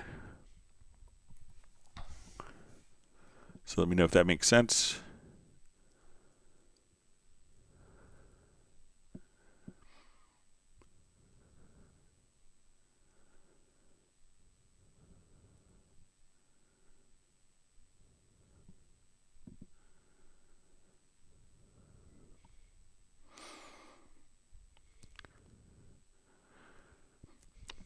All right, so you see David McKay, great to see you on. Says, do you have any thoughts on advice on creating Dorco-like shortcuts with set insert length? example, quarter note equals 6. So yeah, I mean, you could definitely do it. So it's just going to be a matter of going into your key commands. Realize that a lot of times, sometimes the Dorco key commands can change depending on which mode you're in. But often, like Cubase will have, like fixed keyboard shortcuts. But if you just come over here, let's say if you wanted to mimic the same commands for the rhythmic, where 5 is an eighth, 6 is a quarter, 7 is a half note for setting rhythms, you would just come over here and go to set insert length, and you could just simply assign. So a lot of these will be just the option key, but you could assign these to match the Dorco ones if you wanted to. So and there's no consequences. So if you just hold down the option key on your Mac or Alt key on Windows, I think you're running Mac, Dave, you can just simply use the option key and just change those to match the same values in Dorco.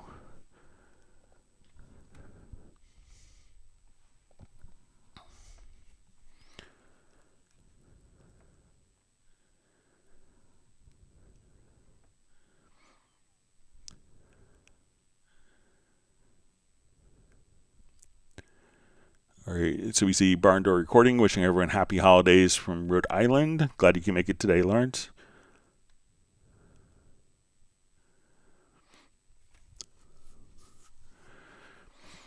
All right, so Sue's asking, how would you say time stretch and audio warp are different? Different creative applications, complementary, overlap? So I would say that there's going to be overlap with it. So we could think of when we do time stretch is often going to be just taking like an entire. So let's say if I have an audio file here, so if I choose to time stretch this audio, one of the great ways to do it is just to come over here and say sizing applies time stretch. So if I say, okay, I want this to now fit into that amount of space, I'll come over here. So now this will play back slower.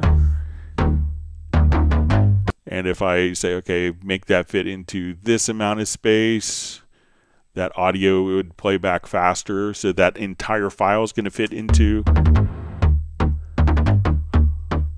So we can think of time stretching as kind of being like more global for the entire file. When we want to do audio warp, we get, we're doing free warp. Free warp, we could think of doing time stretching, but just not the entire file, but maybe just a portion of the file. So here I could say, okay, I want to take this, and let's say these are my warp markers that I'm just kind of putting in here.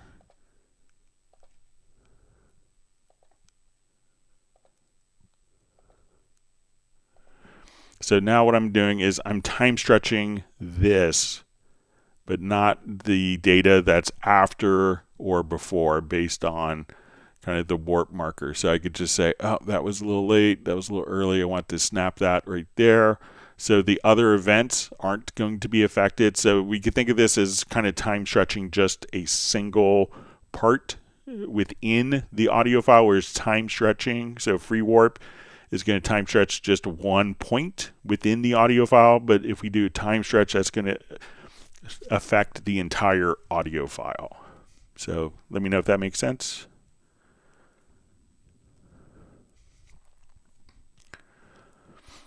All right, so Sebi Monster says, wow, that explains so much. Thank you so much, Greg. It says, actually, it made me understand things for once. Learning on my own is difficult for me. Sometimes guidance is what I need. So everyone learns differently. So, and my goal here is to help people learn how to use their Cubase better, because people, have made an investment into Cubase. We want you to be able to utilize it and work how you want to work faster and more efficiently.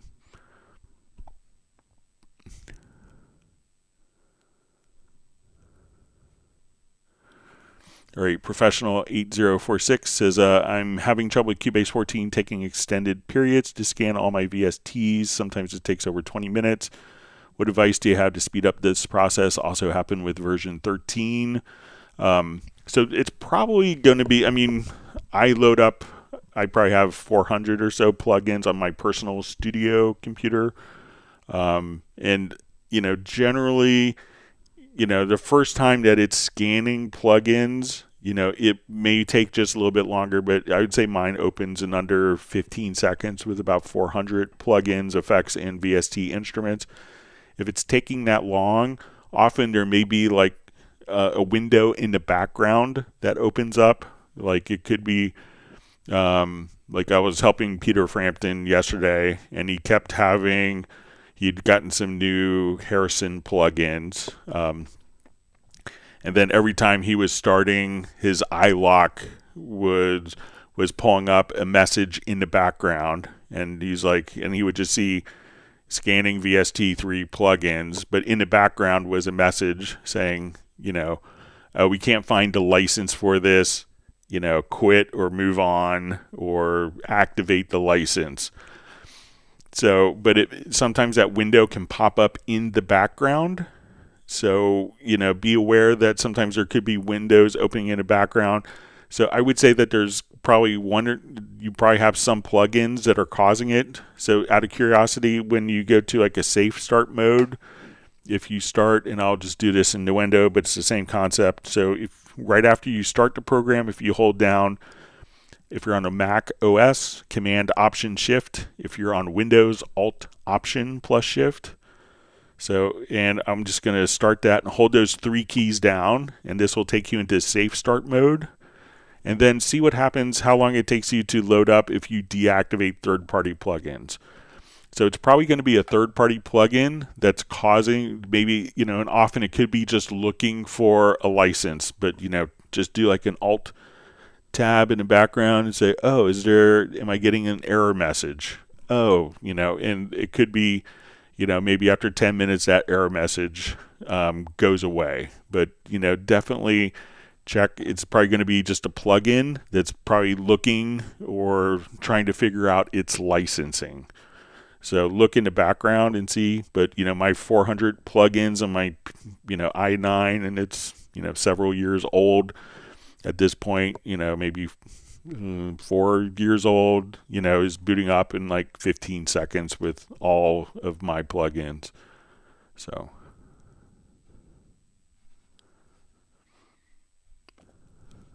I think it's going to be like a plugin that's causing that to stall for you.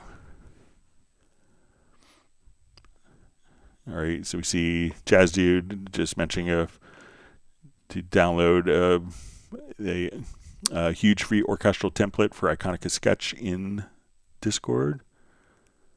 This is better than most paid ones. All right, Contrast Power asks, does the Profile Manager also include my custom color palette? So the custom color palette is actually stored with the project. So the colors will be project-based and not kind of globally based. So if you transfer over a project, those colors with the project will automatically be carried over. And once you have, and let's say if you're migrating from one computer to another computer and you want your custom colors, all you'd have to do is go to your project menu, go to Project Color Setup, and then when you go to Options, once you have the colors in the project that you like, at that point you can say save color set as default, and then every new project that you work with will automatically use your custom colors consistently throughout all projects going forward. But the colors themselves are going to be, based at the project level.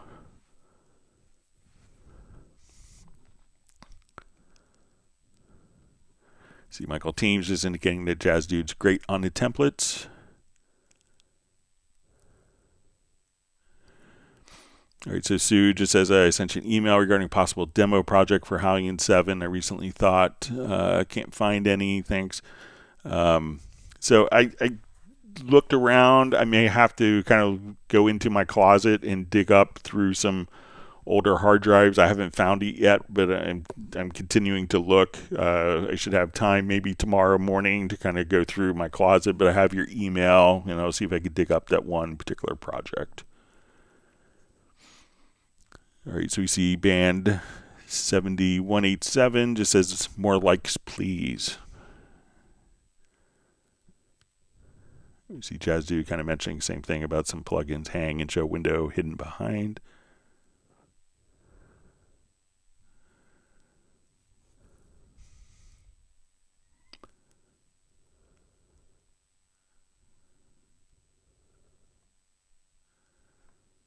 You see Jazz Dude has his computer loading up in about 15 seconds as well.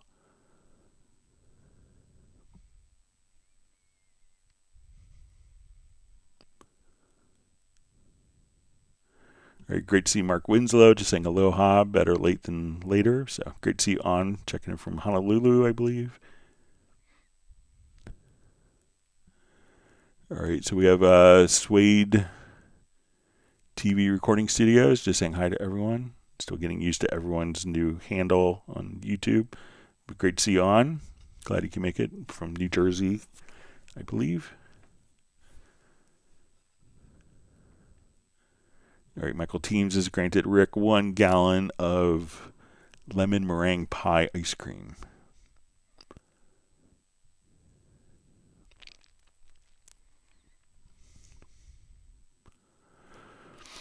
All right, O'Tara says, question, I'm creating a drum part using the acoustic agent in Groove Agent 5, but is there a guideline for the ideal velocity? If 127 is full power, what velocity is a rough guideline for normal playing? So generally, I think like the default Cubase would be 100, and 100 is pretty typical. So if we have a particular, just add an instrument track here.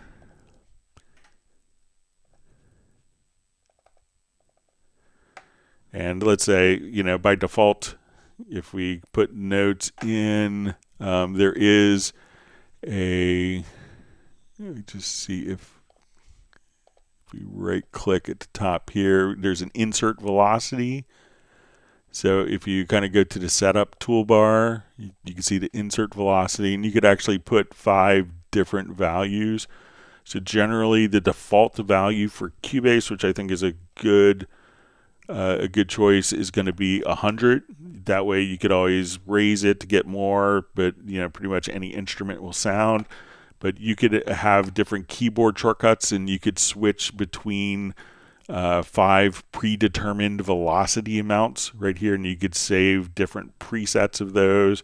And while you're in this, if you hold down this key, you could have your different insert velocities automatically switch. So, but I think 100 is a great place to start, and then you could adjust as needed. All right, so we have Fritz checking in from Appleton, Wisconsin. I haven't been to Appleton in a long time. Enjoyed all my visits to Wisconsin. It's a beautiful state. Thanks for joining us today, being part of the community.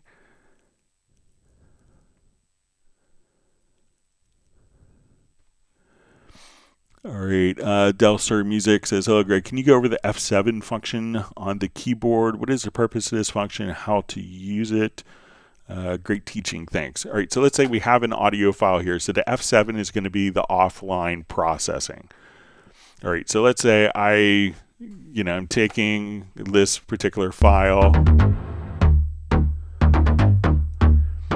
All right, and let's say I just want a flanger on it. I don't want to put a flanger plugin. I don't want to make adjustments. I'm going to select the particular event. And when we go to F7, that's going to open up our direct offline processing. So now what I could do is what's called an offline process. So generally, like when you put an effect on as an insert or a send, that audio is played back, and then it's being processed in real time through the effects. So the audio file is still like unaffected. So the audio file is still bare, and then it will play back through the inserts, and the inserts and sends can change the sound. But the original file isn't altered in any way. But if I wanted to alter the file, that's when I could just come over here and say, okay, I just want to put a flanger. So now that I've done that, this flanger effect, instead of being applied instead of the audio file playing back through the flanger, this flanger has now been basically embedded into that file. So let's say if I want to come over here, let's do a phaser, and let's do a chopper. So now we could apply these particular effects. And then if we say, oh, I really want to change this effect, let's change the speed of this. So now what this is doing is we could now apply and basically render these effects into the file. Now, a lot of times people tend not to work this way, or people think when they're starting to understand digital audio workstations, as they're working this way, they may go, okay, I don't like it because I don't have a lot of flexibility. What if I change my mind later and I say, oh, the flanger sounded great at 2 a.m. when I was maybe a little drunk, but now it's like, it's awful. Or why did I put a flanger and a phaser on? So a lot of times people think when they work this way, when you're embedding or applying or rendering these processes in, and this could also be, okay, I just want to adjust, I want to do a fade out of that file. So say you're listening to it, like, okay, I hate the phaser. So what you could do, even though you saved a project, you turned the computer on, let's say 2 weeks later, many people think that we're committed to all of these processes, but unless we've specifically frozen it, so by default, I could come right over here and just right click and say, oh, I just want to delete the phaser. And I could remove one of the processes and still have all the other processes. Or I want to have the fade out come first. So we could change the order of the processing.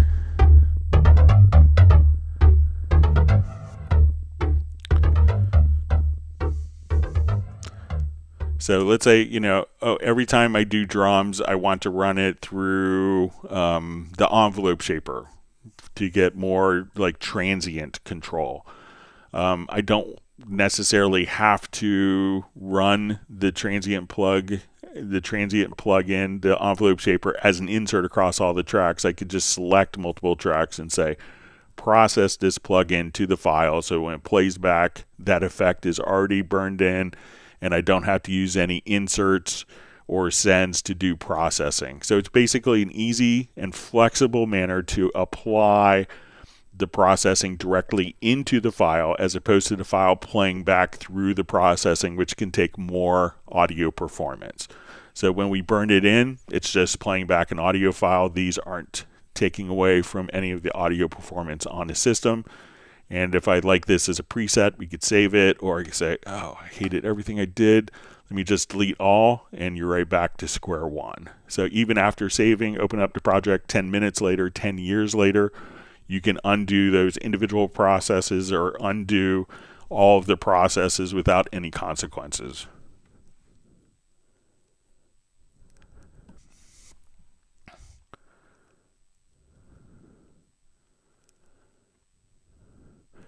All right, so we see from Ver 21964 ask, is there a quick way to transpose a MIDI track up or down? So yeah, it's just a couple different approaches. So let me just find one here.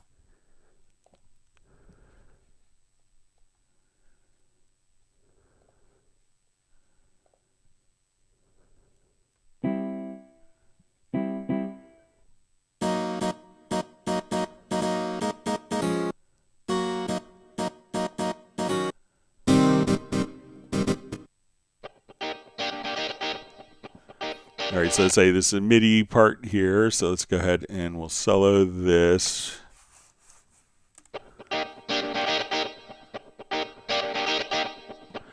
All right, so one of the ways is just to come over here. So if we select the event, I could go to the transpose.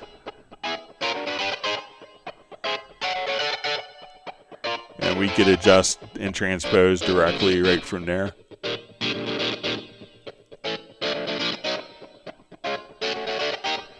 If we want to do it from the inspector, we could go to the track here and we'll see something called MIDI modifiers. And here we could also transpose.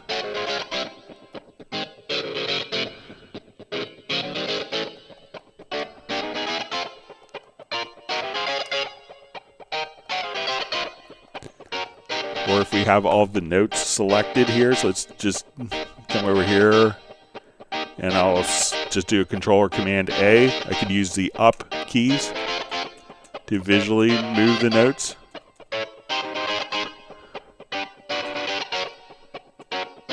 And if I hold down Shift plus the up arrow, I could go by octaves. Go an octave down, Shift down arrow, Shift down arrow, down an octave, up an octave as well. So a couple of different ways. So select it, you'll see a transpose on the velocity line. You'll see in the MIDI modifiers in the inspector once you have the event selected, or within the editor. So a number of different ways of transposing your MIDI. So let me know if that's helpful.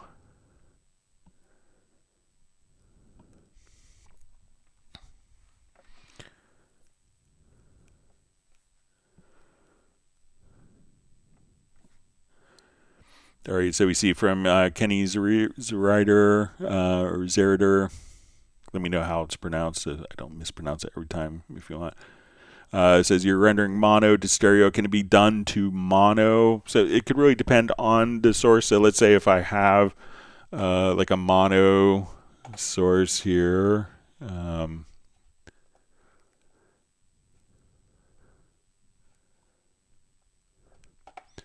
All right, so let's say it's maybe with this example. So let's say I have my bass part. So if I'm combining parts, that would, so it could really depend. So let's say let's try combining, let me just revert this. So it could depend on the routing options that are chosen. So let's say if we come over, let's take my kick tracks. All right, so I'm going to take these events. Let's go to our render in place. So when we choose like dry, let's see, we're not able to mix down to a dry track, but if we go to our channel settings here, we could mix down. And since this is sounding, all these events are sounding as are being routed to the stereo out bus, it's going to render them that way. If we wanted to just do like, a mono track, so let's say I want to take the bass and let's say I have like all sorts of edits. So it could really depend on like, what your routing is here. So let's say, okay, take this, let's erase this part. So let's say I have the track selected and I have, different. So what I want to do now is when you go to render in place, get to my render settings. If I choose dry, I will come over here, and now that we render, all right, and let me just do it not for the selected events. I'm just going to have the track selected here. So we'll go to render in place. Sorry, wrong. So we get to our render settings. We will say, I want to render this as one event. So I have multiple events on this track with silence. And if I choose dry, that would automatically maintain it to be mono. If I do channel settings, if there's no stereo effects on it, it would do mono. So when it turns in mono to stereo is when we choose a complete signal path. So if these are all going to a stereo group, or if it's going to a stereo out, that's when it would convert it. So let's say I just choose my dry channel settings, I hit render. And now at this point, it's just going to create a mono file for me with those gaps and the volume changes. So it really depends on the choices that you have in the render place dialog. So if you choose dry, then the mono track would render as mono, a stereo track as stereo. But, and when you have other choices, like going through the complete signal path, since it's going through the complete signal path, that would include effects, which could be stereo, and it's going through the stereo output, then that would render it as a stereo file. So depends on what choice you have for the processing selected.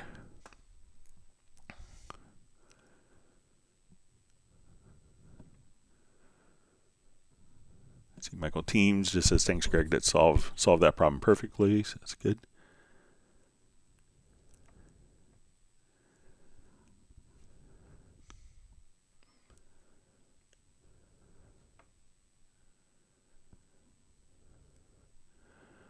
All right, so we have Jay from Secret Studios listening from across the room. Great to see you on, Jay. Hope you're well.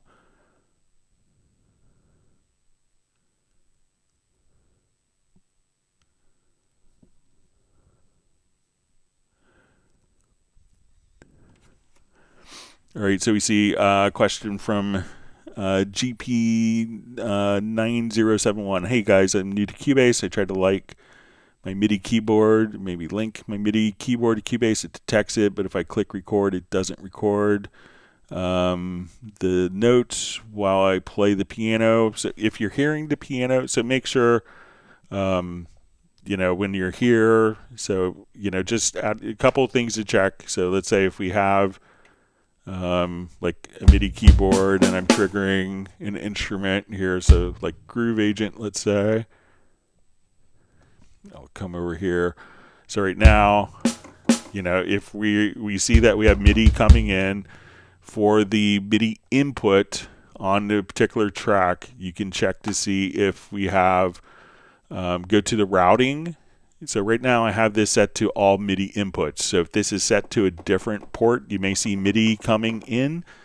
But if the port for this particular instrument is incorrectly mapped to a different MIDI input, so usually it will default to all MIDI inputs, so any controller that you have will automatically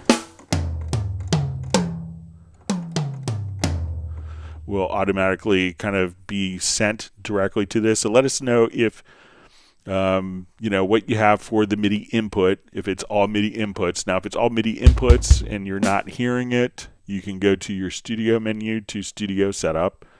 And then we'll see a MIDI port setup, and you could see which particular MIDI devices are actually routed to be within your in all MIDI inputs.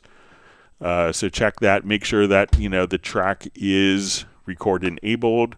So many times people may come over here. Okay, I see MIDI in here, and I go to record on the track, and when I hit record, I'm playing. All right. Seems like I should hear it, but it's not record enabled. So now as soon as I, do that, the event will stay. But, let us know what MIDI device, if you see the actual MIDI device listed in the MIDI input port. See what happens if you just select the MIDI input port right there. If everything is still, it seems like everything is set up correctly. The one other little preference that could affect this is if we go to your preferences or settings and go to MIDI and make sure that MIDI through is active. Make sure that that is checked, and that should solve it. But see if your MIDI controller is showing up in the list. If it is a MIDI controller that works by USB or like a 5-pin MIDI, like a 5-pin DIN MIDI cable, make sure that the controller is set to transmit on whatever is connected to your system. So a lot of controllers may default to USB, but if you connect it to a MIDI interface, like the MIDI out to like an audio interface has a MIDI connection, it may transmit over USB as opposed to the 5-pin MIDI connection. So try those things and let us know how it works.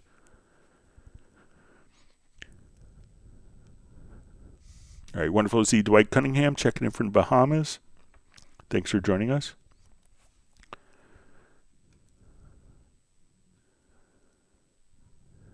See Jazzy sharing a great link for Cubase keyboard shortcuts.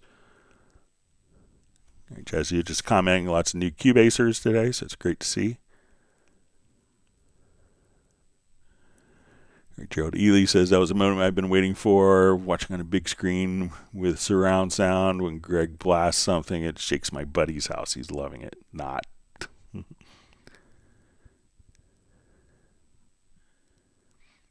All right, Secret Studios. Jay's received 1 gallon of raspberry swirl ice cream.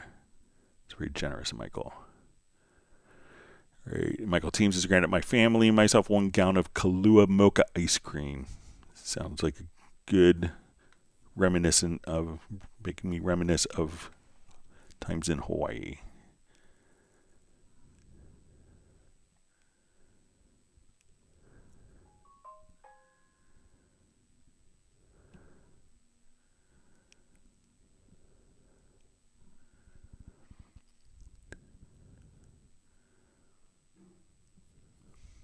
All right.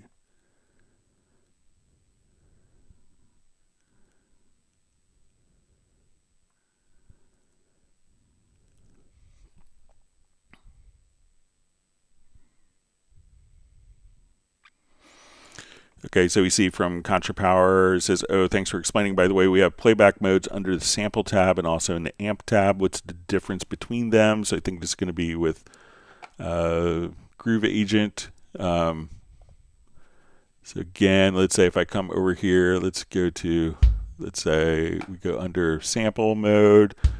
So here, and this is where it's often going to be used more. So let's say if I just drag quick loop over.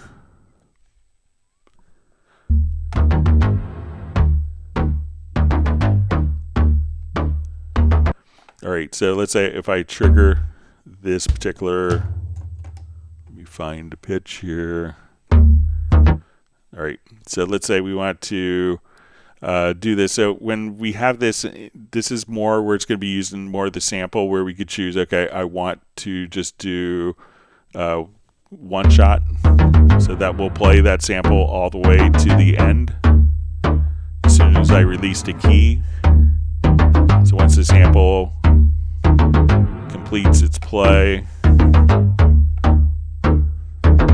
me find something shorter, sorry.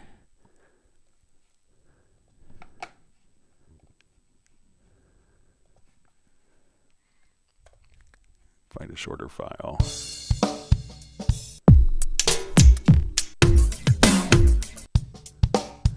Okay, so let's drag this over. So, all right, so now when we play, I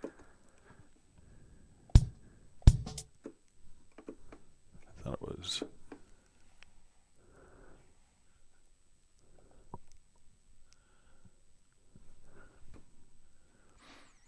Okay, so let's say, so here we could play until release.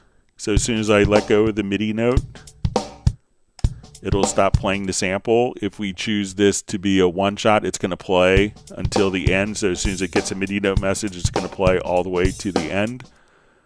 And then if we wanted to do no loop, if we hold this down, it will stop when it gets to the end of the sample. If we choose to have this continuously loop, when it gets to the end of the sample, it will start down. So if I just keep holding down the MIDI note, we could do that. So we saw the until release. So as soon as I let go, it'll stop playing. If we choose alternate, it'll play to the end, and then it will play back in reverse from the end.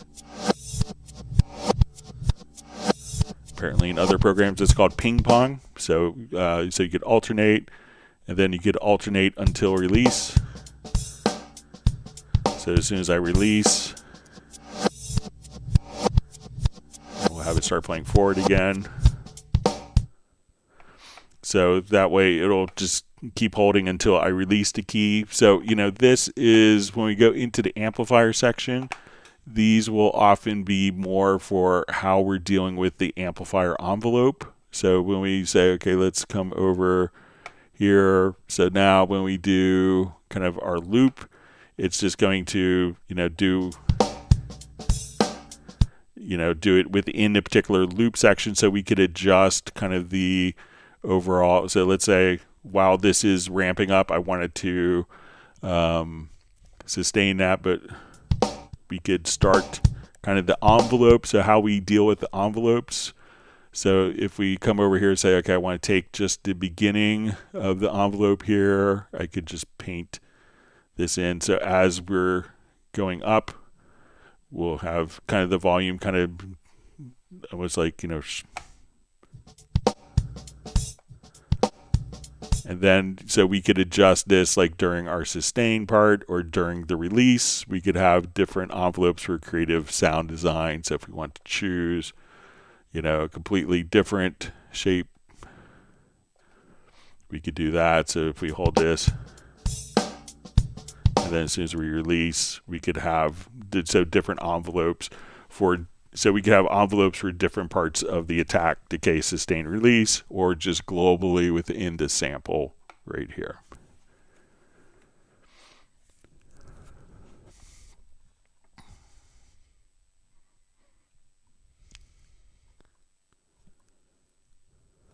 Sorry, my chat field just jumped.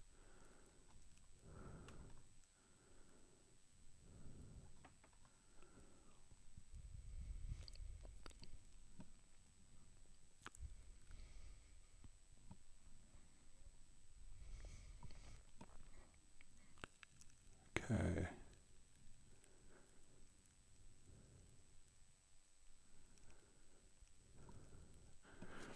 All right, so we see from Sue, just says, in MIDI editor setup bar, can I scroll to the right when MIDI items are off screen? So sometimes this could matter depending on, like, there's a follow mode. So usually when I get kind of a question like this, it could be there's like an editing preference. So let's say we're editing an event here. So let's say, okay, we're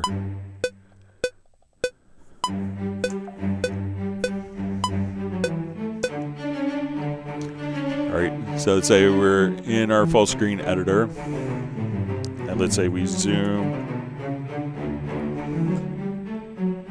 All right. So if you hit the F key, F would be follow.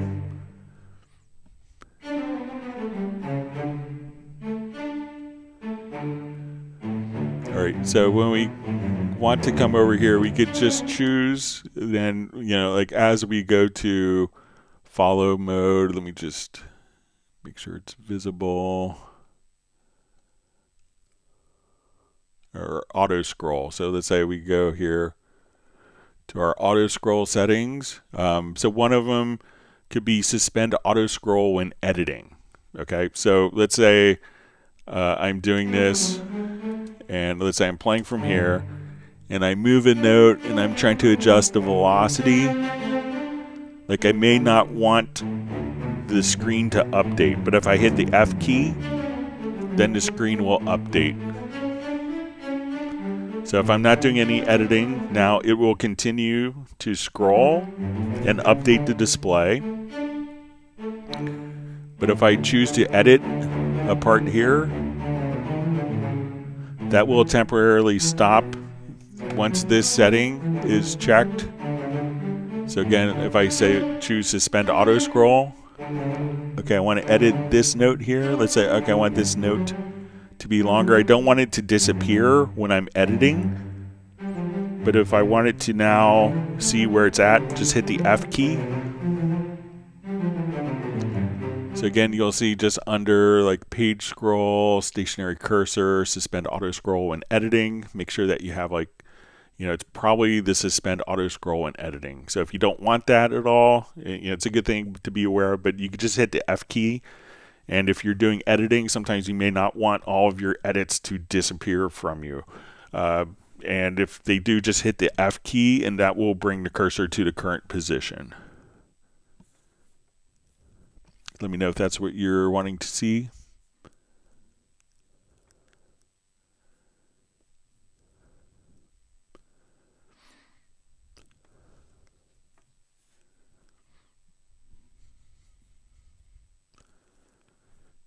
Bratman Studio sharing his words of wisdom for getting rid of a cold.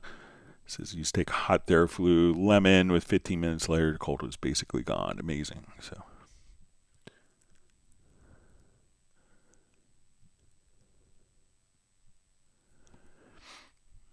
All right, we see Sable Winters joining from Bay Area in California. Thanks for joining us today. Great to see you on, Sable. Hope you're well.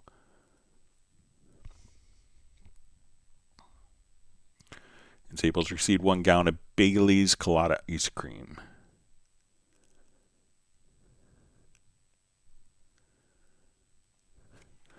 See, Bratman Studio says, Greg, frequency clashing with EQ comparison. Didn't know, makes sense, and had that on some tracks. Amazing, cool feature. Thanks. Bratman Studio says, one could spend every waking moment in this program and still not know everything. You know, it's kind of like music, or, you know, once you think you'll get to a certain level, there's, you know, you're always what you don't know. So. And then once you have if everyone has everything figured out, there's a new version that comes.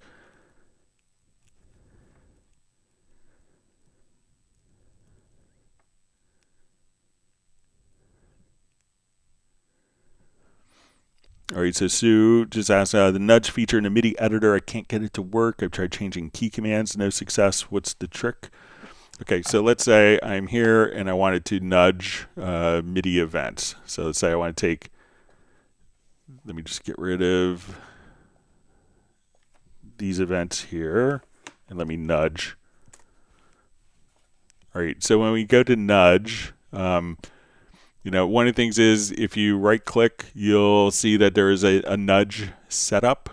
So I'll come over here. So make sure that you see the nudge options, and it may say link to grid by default. So when I do this, I have my quantize, let's say, is set to a quarter note. So I'm going to hold down, I think it's Control, and then I hit the left and right arrows, and I could nudge the particular event. So let's say I want to nudge these by 8th note. So, or let's do 16th note. So I select 16th note, and now I could nudge based on, so I'm hitting Control or Command plus the left arrow to nudge to the left, or the right arrow to nudge to the right. And the amount of the nudge is going to be based on the quantized value. So we could just come right over here. So if I want to nudge this by quarter note triplets, so again, Control or Command plus the right arrow to nudge later, or earlier, the left arrow. Now, there could be sometimes, especially when we're doing like audio editing, that maybe you want to nudge, but like our current display time here is set to bars and beats, and we see linked to grid. But let's say I want to nudge maybe like just milliseconds. So it used to be that I would have to switch. If I wanted to nudge in a different time format, I would switch the time format here to seconds, and then I would get different nudging options. So when we come over here, we could say, okay, we want to link to grid, or I want it to be 1 millisecond, 10 milliseconds, 100 milliseconds. So if I choose 10 milliseconds, now when I nudge, I'm going to nudge by 10 milliseconds. So maybe like a vocal's a little late or early, you could just nudge like the audio event. But if we don't want to switch from bars and beats to seconds to do that, and we could now choose to not link to grid, I'm going to say let's use seconds for our nudge, and this will come up again when we right click and we see the nudge events visible. So now I can nudge by 10 milliseconds for the selected event and still be in bars and beats mode. So, and if I wanted to nudge to particular rhythmic values, and my primary time is in bars and beats, now it's going to nudge based on the quantized value. So I say, okay, let's do nudge by 16ths. So as I nudge, I could just simply nudge to the left or right. So again, Control or Command plus the right arrow to nudge later, left arrow to nudge earlier. So let me know if that's clearer for you.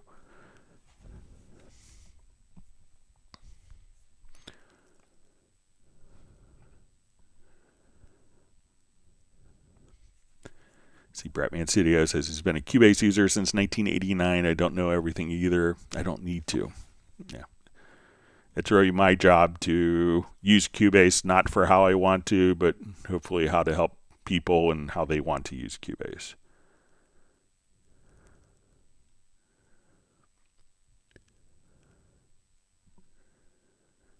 Bratman Studios says I started Cubase and Atari 1040 in the 80s and even taught it at MIDI City Computers in LA. And still no, though I did take a break to be a Photoshop guru. All right, we see from Dave McCage says thanks for confirming. You're welcome, Dave. Hope you're well.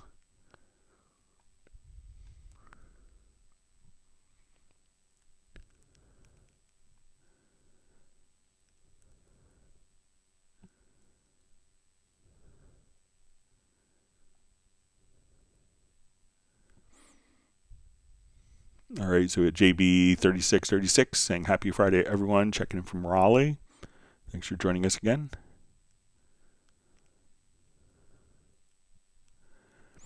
Millard Brown says, so interesting that Frampton has these issues like the rest of us. I've always found, rock stars too will run into technical things and, so, I get the call and it's like, oh, my Nuendo isn't opening. Why isn't it opening? Oh, this plugin is preventing it from opening. So, stuff like that. So, so not necessarily a Nuendo issue, but Peter was, I think, got it figured out and isolated. So super great guy. He's everything you want to be in a rock star. Everything you want and hope for a rock star to be is Peter Frampton personifies that. So been lucky to be able to help him for like 25 years.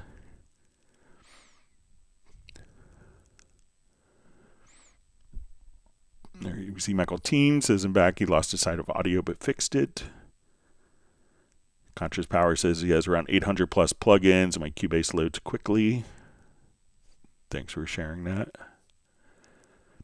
Jazzy says he's a plugin hoarder. Yes, I was good this Black Friday and didn't buy any plugins. I'm probably cheap, that's all.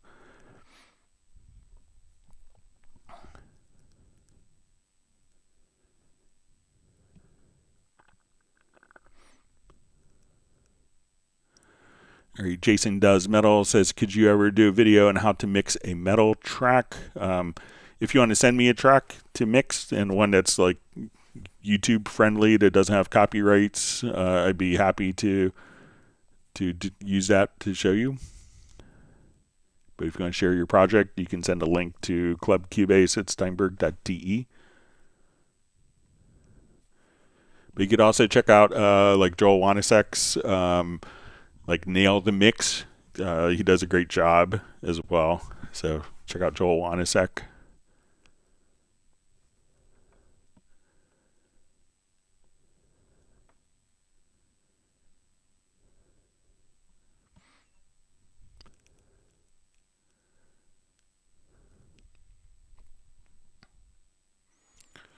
All right, Bratman Studio just says, Greg, okay, what is the advantage to embedding the effects onto an existing track itself as opposed to adding a separate pre or post effects like we normally do per channel? Does it save memory or, and it could also be like more like a workflow, so it does save processing power. And a lot of times the processing power is not necessarily the issue, but sometimes, it's like, in a lot of times in the old days, like when people were recording guitar, like it's depending on the guitarist, a lot of people, if the guitarist had their own effects pedal board, you may just record the guitarist with all of their pedal effects to the audio track.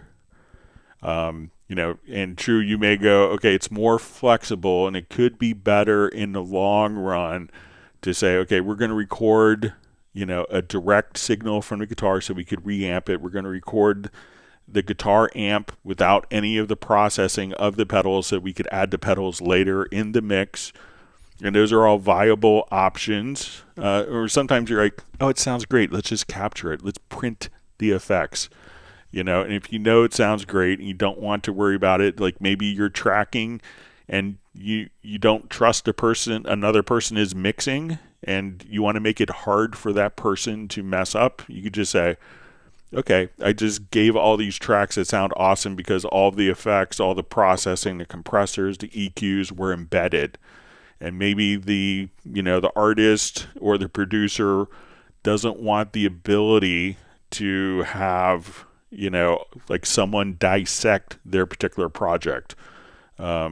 Like Daryl Pearson, he was on one of the Zoom social meetups. He's done lots of work. I mean, he's worked with Michael Jackson, Madonna.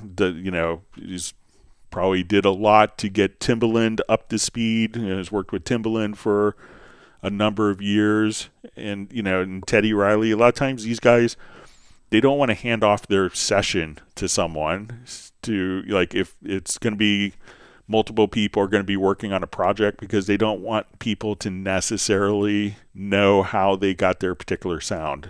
Teddy Riley is really good at scouring, and Ty Tabor of King's X is also like this. They're really good at scouring every new compressor plugin, every little quirky plugin that comes in.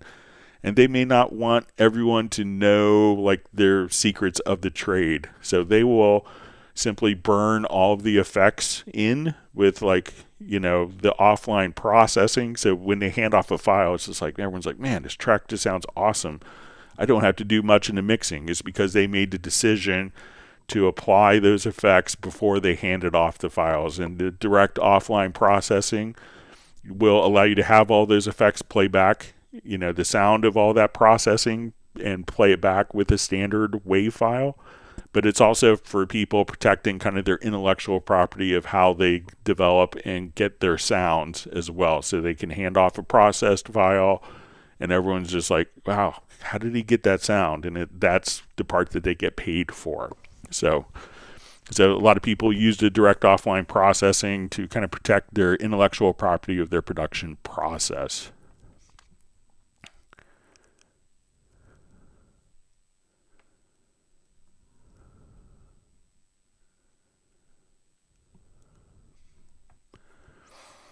All right, so Romanduz asks, is there a way to make fixed amounts of insert slots in the channel tab? It was better in Cubase 12, or at least better for my workflow. Okay, so let's go ahead and take a look at, so we go to our inserts here, and we see that generally we have like an insert slot available. So I think if we right click here, we could, so right click in the insert slot, and then you can say show all available insert slots. So then all of your insert slots are available. So again, if we come over here, let's say we go to an audio track, again, come over to the inserts, right click, and say show available all insert slots. And then all 16 insert slots are visible. Or you could right click and say show or uncheck that, and it will show you like the inserts. It'll always give you a blank insert channel. So again, right click and say show all available insert slots, and you do that separately for the channel inspector as well as the track inspector.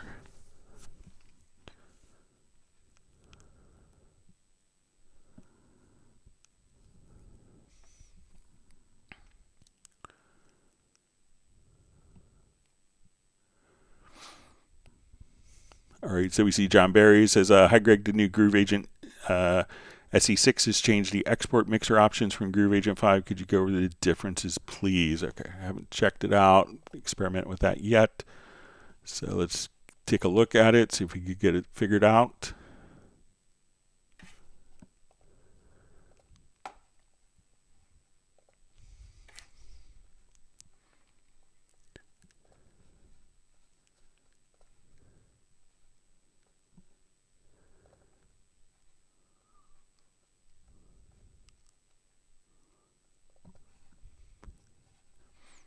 Okay, so let's come over.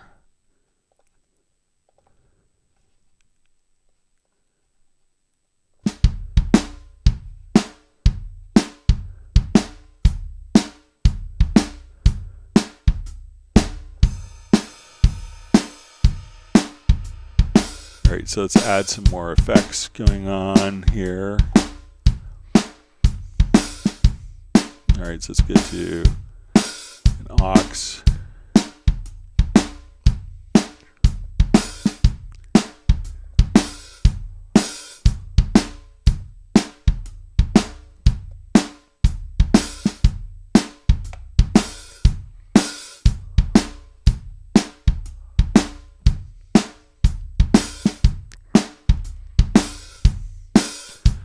Okay.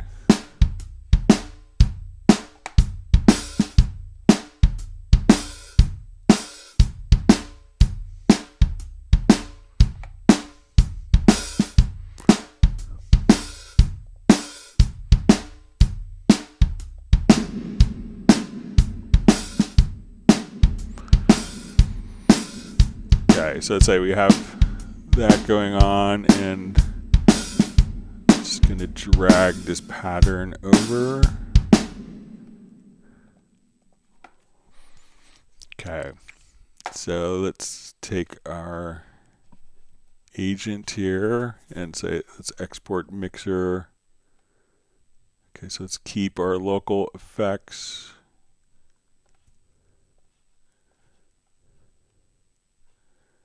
Okay, so now, all right, let's go ahead and play. So I'm not sure if it carries over. Let me just put it as maybe like an insert effect. So let me just come over to my snares.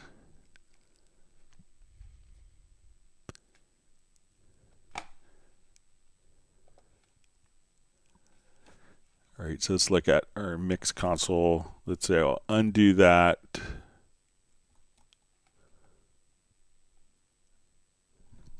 Oh, let me just start from scratch so we can look at the mixer as we do it.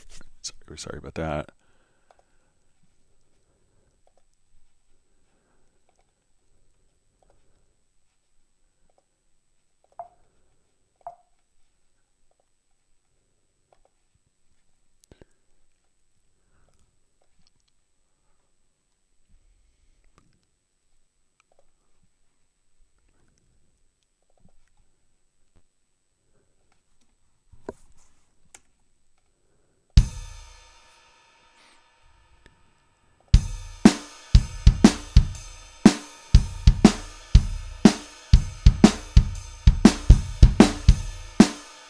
Okay.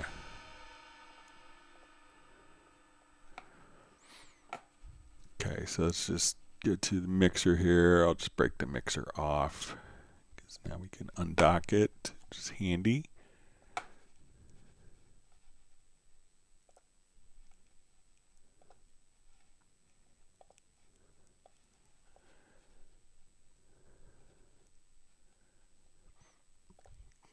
Okay, so let's say we want to come over here.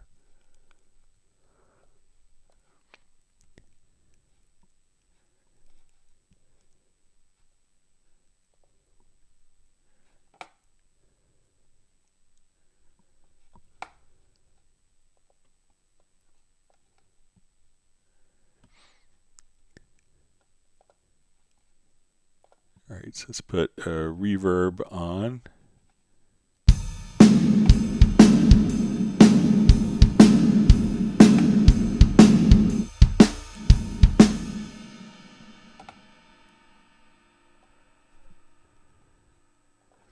Okay, so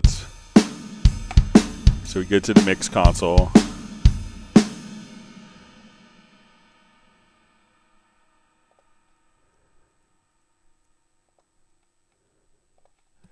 All right, so we have just our one channel. All right, so we'll open up the agent. Sorry, it took a while. Let's right click on the agent.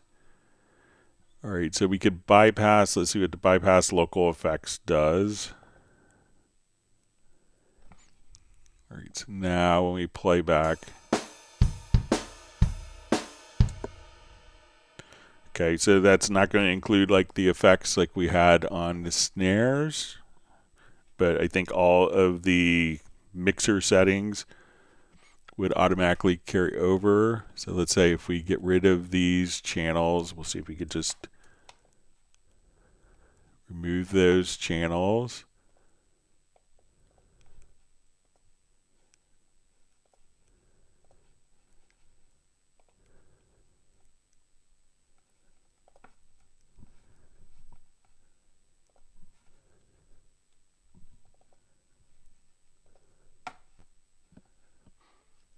Okay, and let's go to the mixer one more time. We'll add that reverb on our snares.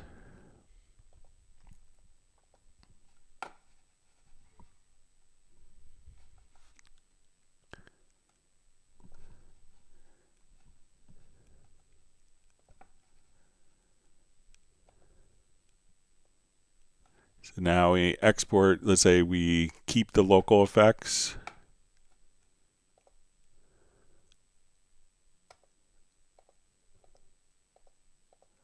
And could be just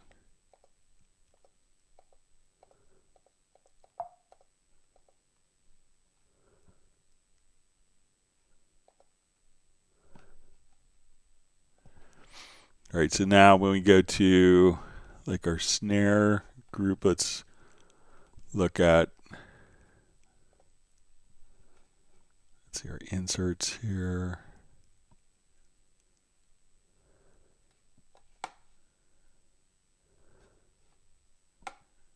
Seems like maybe the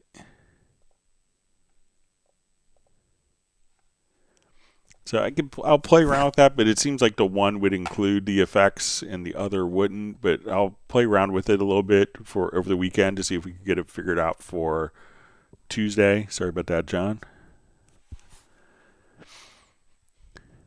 It seems like that should do the effects, but I'll see if I can get that sorted out for Tuesday. All right, you see Michael Marshall joining from Somerset in the UK. And he's received 1 gallon of almond caramel prairie ice cream. Get creative flavor.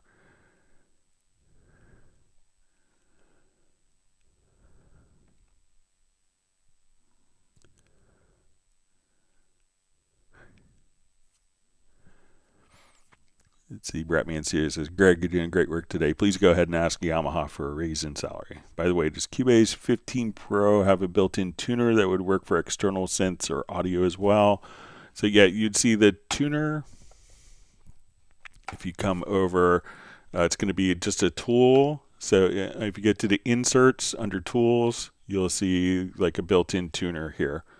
So it's almost like a, so now as you would send a signal in, you could just see it.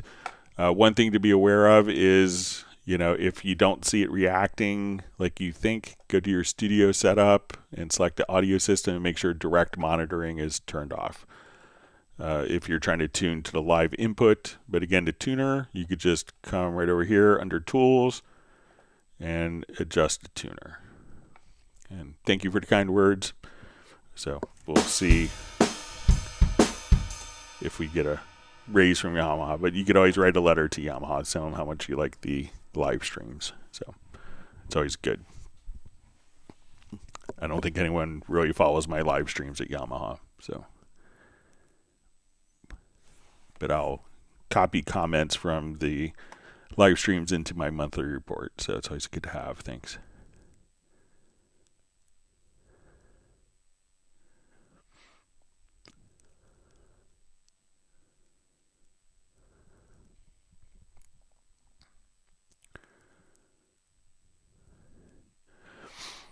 All right, so we see from Sue says, thanks for that. Also, the SEP toolbar has a lot of elements. Is setting presets the best way to manage what you want to show or not? Or is there a way of scrolling laterally to show off screen? All right, so let's come over here and say, you know, I don't think that I think it's going to be kind of contained within a particular screen. You know, one thing you could do is like, okay, if you know what the tools are, a lot of functions where you see these 3 lines, you could expand and kind of hide different parameters.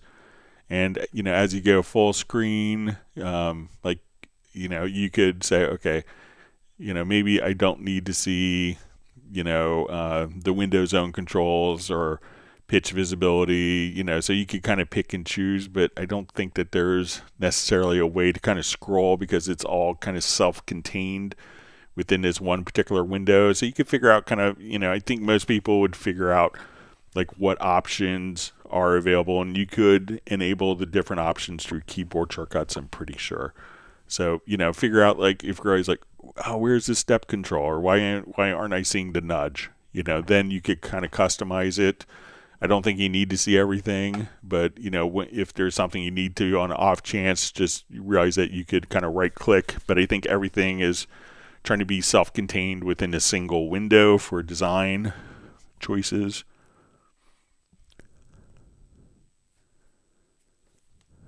All right, so we have Rolling Stuff just checking in from a wild and windy Sussex coast in England.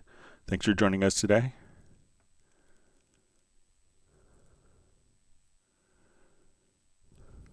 All right, Brian the Bear asks, how do you link the chords to size according to the quantize size? All right, so as soon as the chord track, so let's say we come over here to our chord track.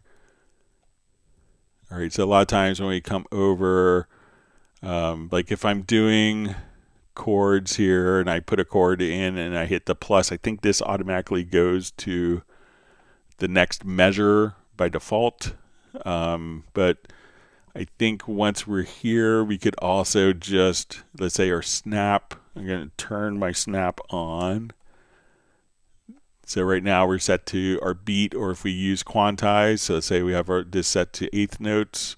Now when we just use the pencil tool, we can, enter in. So if I want to put in like, a dotted quarter note, followed by, and put in a different chord there.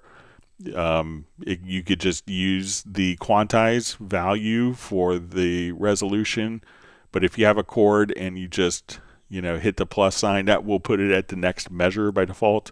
But the chords can snap. And even if the chord is a little bit off here, I think that we could just come over here and quantize. So let's say, like this F chord was slightly early ahead of the beat. This chord was slightly behind the beat. You could, hold down shift and double click and then just hit Q, and you could quantize the placement of the chords as well.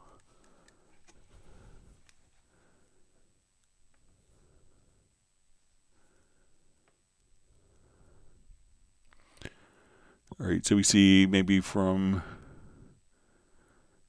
Drouse DCS or Dr. Oss DCS on Mac and PC, auto scroll stop. So if you want the auto scroll to stop, let's say you're playing along here, let me just duplicate this, these chords a bunch of times. So if you want the auto scroll stop, again, it's just going to be hitting the F key. So, and we see when I come here, so auto scroll is off. So we get past like measure 20 here, it's not going to continue to scroll. So it's continuing to play. We can see the play position here. And then when I hit F or click on this icon here, we could see that the auto scroll behavior will adjust right there. But let me know if I'm misunderstanding. But yeah, same concept on Mac or Windows. All right, so we see Sable's on her phone, watching on her phone today. So she has to manually type names.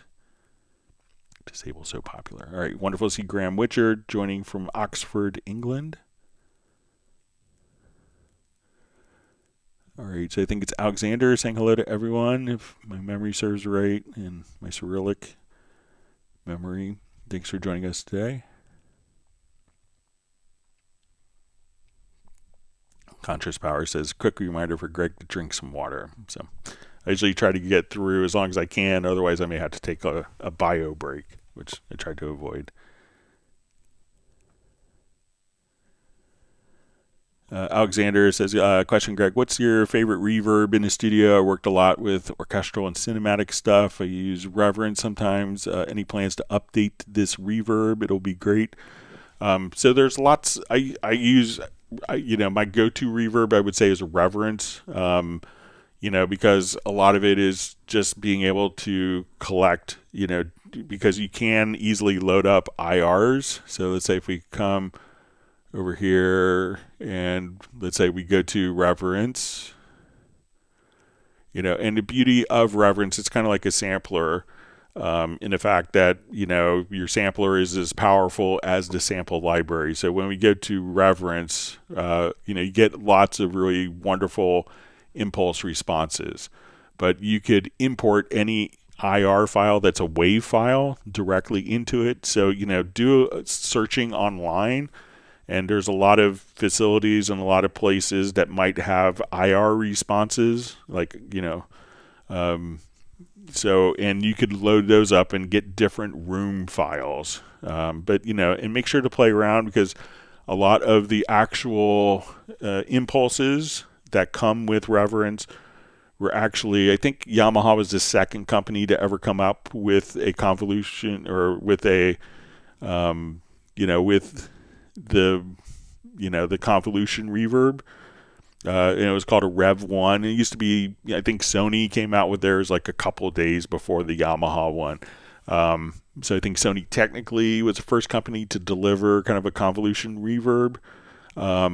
But Yamaha was like, one of the first companies to do it. And those impulses that you would spend on the $20,000 Yamaha reverb, which, many people, I was just talking with Elliot Shiner a couple months ago, and he still loves his, his Yamaha convolution reverb. I think it's a Rev X1 or Rev 1.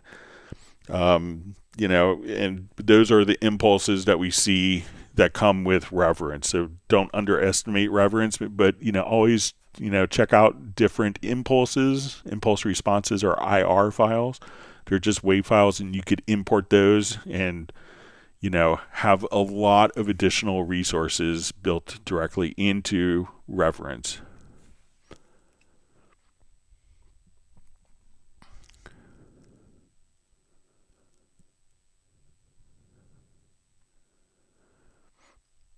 So we have DJ Ice 1804 just saying, "Hey everybody, happy holidays." There's a question. Let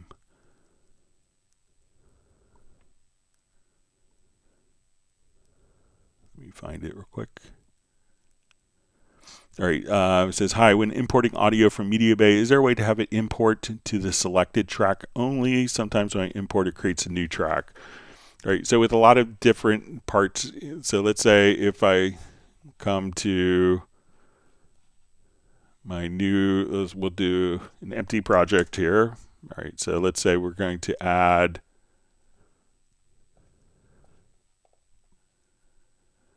let's say we have 8 audio tracks. All right, so let's say I have channel 2 selected, let's say. Okay, so when I go to import an audio file from MediaBay, so let's say I come here, I double click, it will place it below the selected channel. So if I have channel 5 selected and I double click on a file, it will import it directly below the selected channel. If no channels are selected, then it will get, so let's say if I come here, no channels are selected, then it'll get added to the bottom. So just select a particular track and then double click, then the file will be imported directly there. If you want it on a particular track, you can just drag and drop the files as well. Say I want that file right there, just drag and drop to a particular track. But when you do that, it's going to add an audio track. So whatever track is selected, so if the bottom track is selected, it'll go to the bottom. The top track is selected, that new track. And if you want the file to go to a particular file, to a particular existing track, just simply drag it over. So I think it's pretty sensible.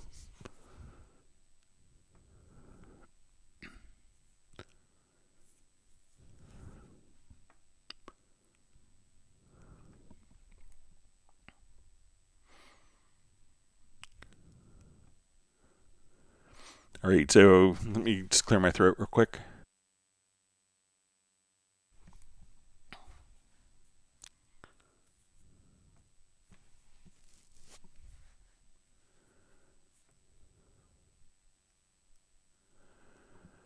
All right, so we see Ricky Tara just says Cubase 14041 Dolby Atmos trim to 714 rendering bug. Export left right from the surround export doesn't render some of the object tracks.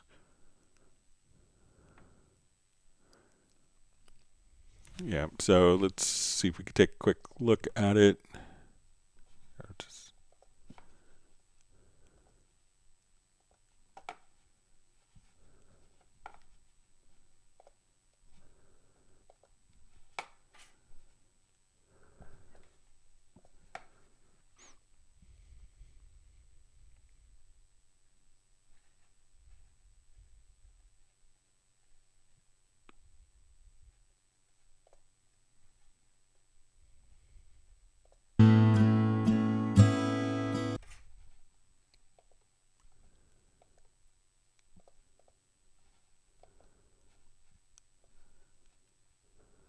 All right, let me just check my sample rate. Okay.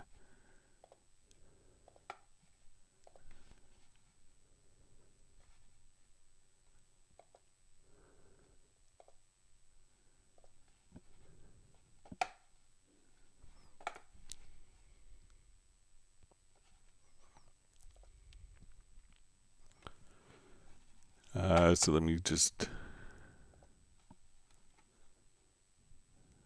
set up for my ADM authoring. I'll go to my setup assistant.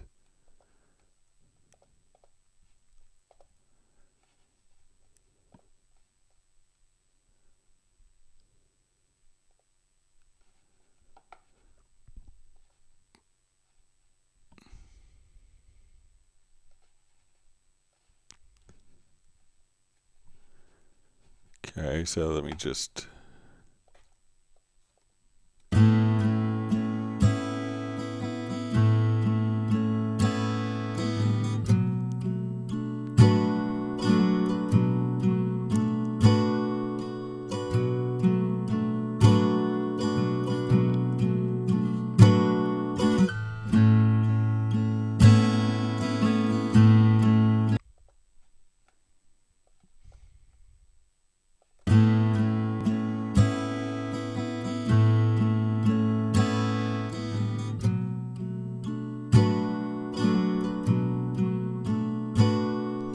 all right, and I'll just do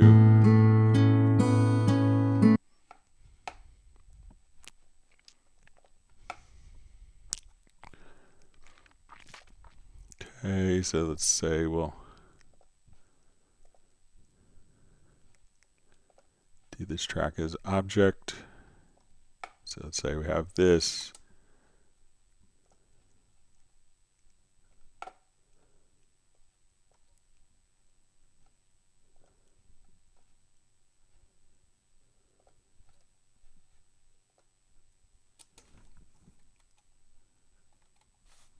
All right, let me check this.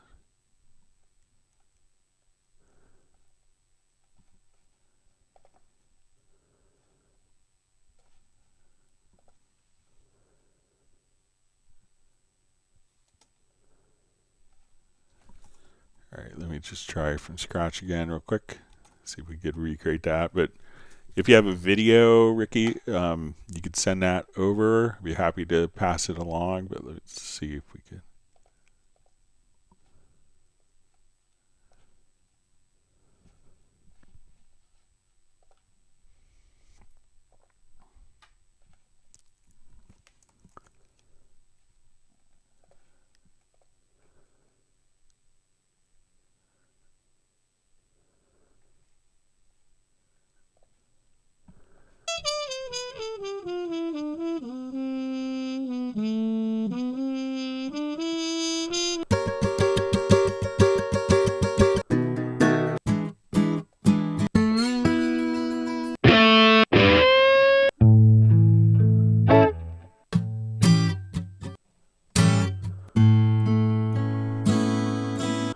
All right, sorry about that. Let me see if we can get this.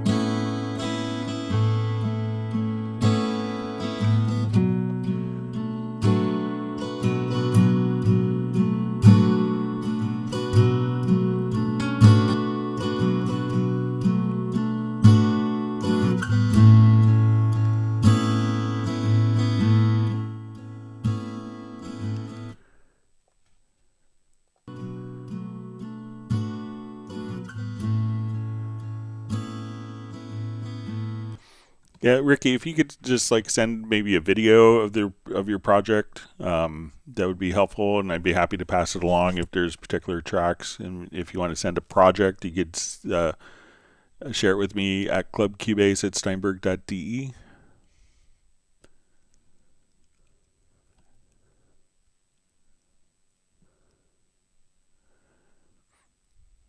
All right, so this is why, and see a question why we don't have Sony Mix Walk. So let me know, is that the Sony 360? And also, one of the things that we have in Nuendo is obviously going to be MPEG H compatibility. So, that's arguably, a great immersive format as well.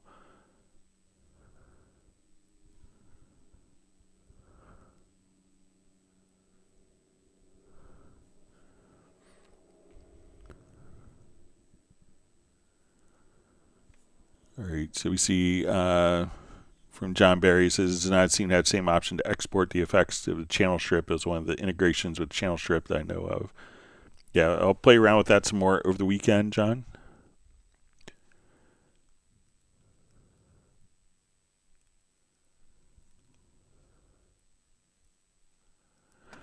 All right, so we see a question from Sable Winters, says all audio tracks in a project cannot be record enabled. Track record buttons are locked and grayed out, can only record through transport. How to unlock and enable, makes sense, Pro 14. All right, so check. We just...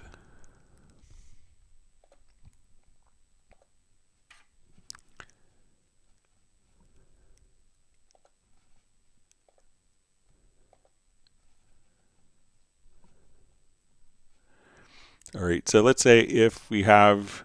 So let's say we have a number of audio tracks here, and check the routing to see if so if this track has no input bus, and when we select it, we can't activate record enable until there's an input bus turned on. So make sure if you go to the routing tab, Sable, if for some reason you can't record, you can't press record enable on a particular track, but you can with others, select the routing and make sure that the input bus is active. So once you have an active input bus, then you should be able to select it. So check the routing and make sure that it's to something that has an audio connection into it. All right. So we see from Uno Momento that tomorrow is Finland's Independence Day. Next Monday is Finnish Music Day. Jean Sibelius' birthday. Cheers to that. One of my favorite pieces I ever performed was Sibelius' Second Symphony. It's one of my favorite pieces of all time. So always been a Sibelius fan. And I had a friend from college actually, after playing that piece, went and and did a study abroad in Finland and kind of to learn more about Sibelius.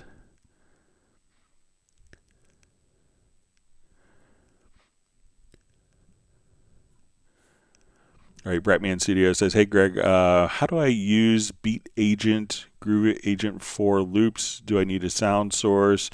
Or, is it just a MIDI icon with no notes across the bottom playback player? Okay, so let's say if we come over here, let's go to a Beat Agent kit.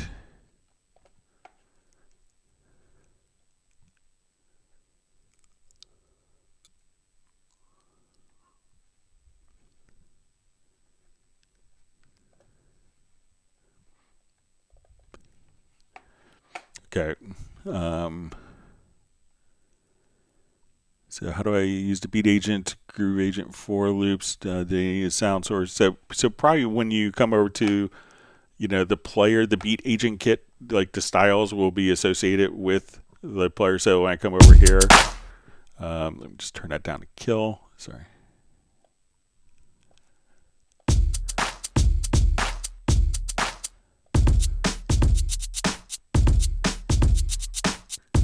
So, these are patterns that are utilizing the sounds that are in Groove Agent, but if we go to different styles, I could say, okay, let's just do like an acid jazz style. So I could load up different patterns.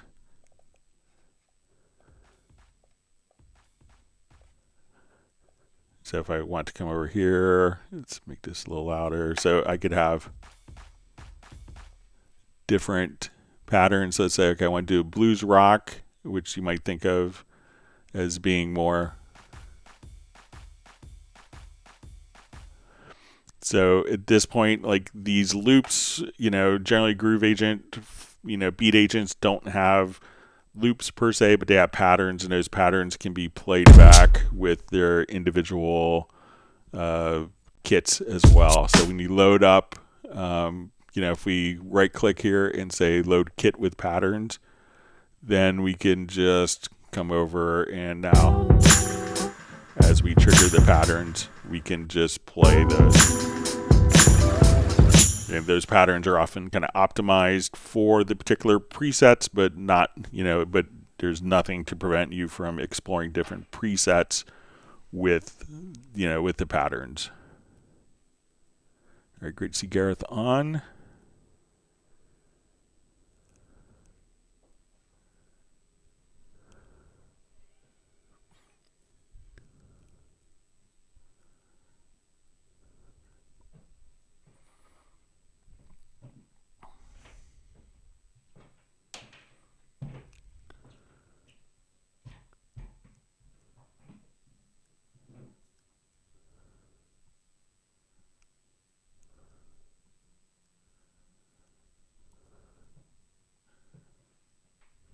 All right, sorry, my chat field jumped. All right.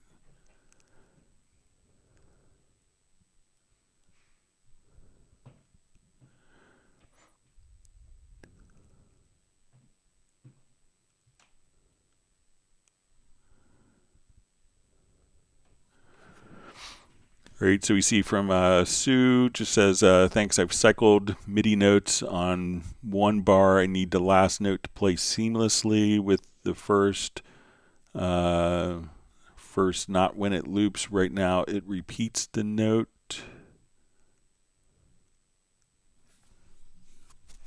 All right, so let me just...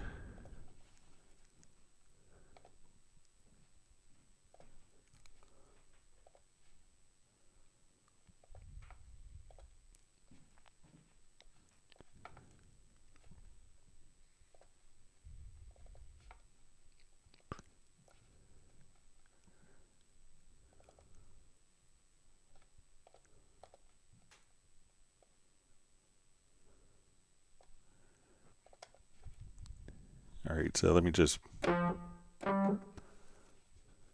put some notes in here.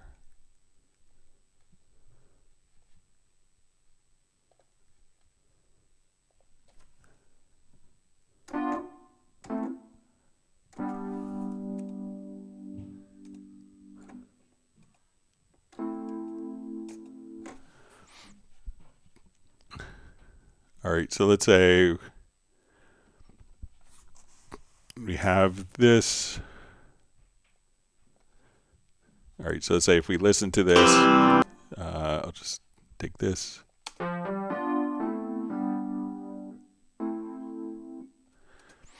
right, now if we have, let's say if we duplicate that event a couple times, we'll listen to transition.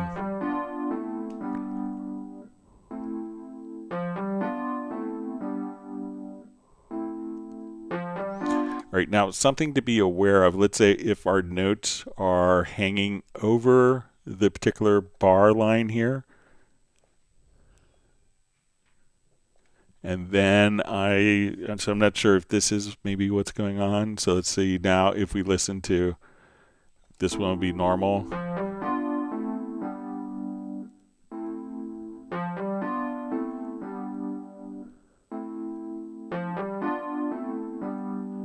So there we have some of the notes that may like hang over the beat. So one of the preferences, like, if we have events like this, and let's say we cut at the event, so I'm not sure if it's maybe related to this preference. Let's say if we go to under editing MIDI, you'll see a split MIDI event. So if you've split the event, when I come here, so let's say I split there, then it's going to split the notes at the event so that you could prevent like notes that are overlapping to make it cleaner. So, if it's like the point where you're doing this and the notes are overlapping unexpectedly, like, and maybe you cut the event, try to just cut that particular event with that preference enabled, because that could kind of get rid of like lingering events that could cause problems and may overlap into other events. But let me know if I'm completely off base and misunderstanding. Wonderful to see Gareth on. So John Barry just saying reference is awesome. Lots of emulations of old Reverb machines also.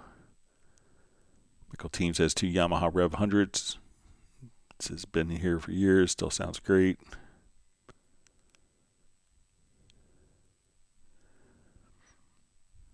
All right, so we see George says, hi, Greg. Greetings from Germany. Hope you're all doing great. Thanks. Great to see you on.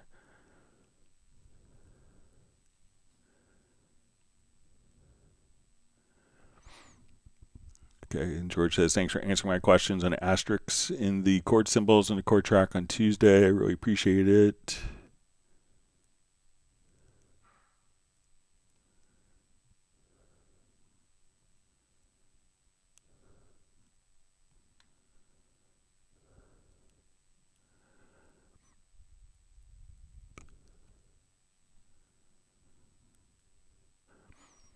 All right, so we see from George says, when I change a chord in the generated chord track from audio track, I would expect that the missing asterisk indicates that I deviated from Cubase's analysis of the chords, right?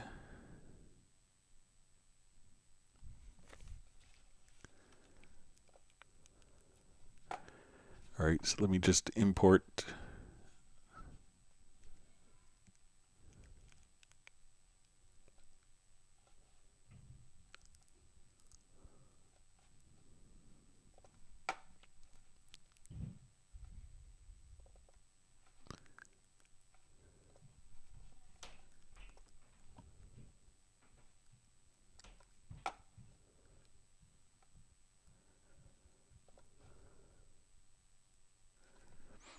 Okay, so we have our chord track here. So let's say now if I change this chord, so let's say I make it F sharp minor. Yeah, it still shows that, but let's see if maybe because that chord was detected. So let's say if we paint in, drop a new chord in, then so maybe it's like the initial.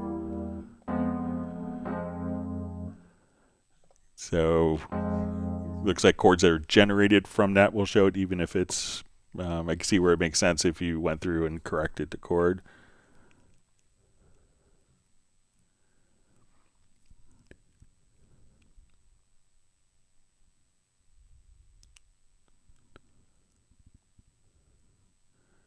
All right, so seeing comments for Tara, let me see if I could go back to that project with the Atmos, see if it's still open. See, sorry, I had a brain cramp on the object. Let me see if it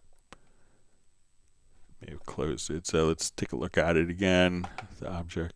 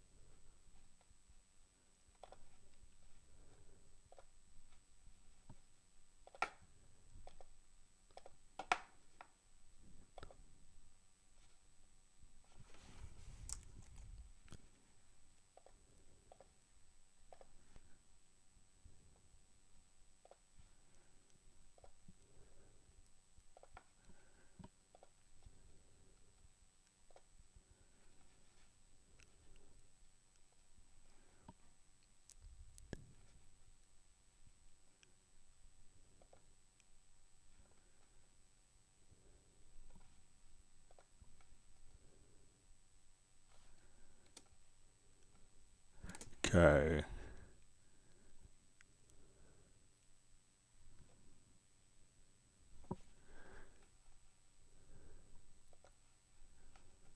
All right, so let me just...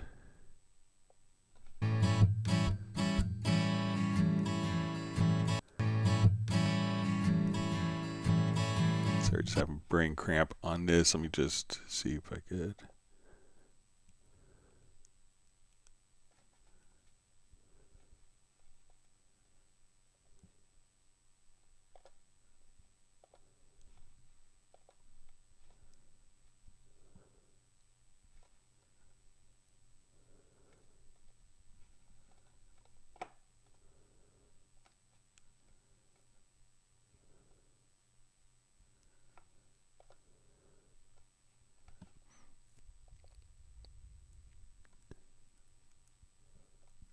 Sorry, I'm just having my brain cramp with this, Ricky. Let me...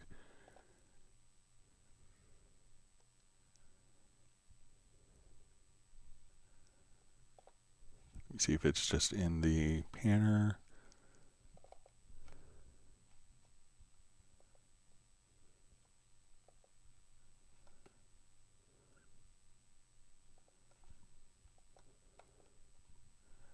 Trying to remember where to do that. Sorry, just for my brain cramp.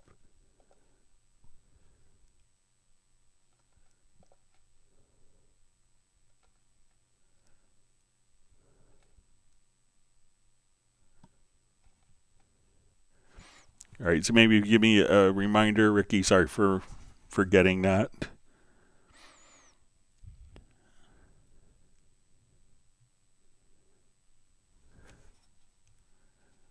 But let me see if it's in.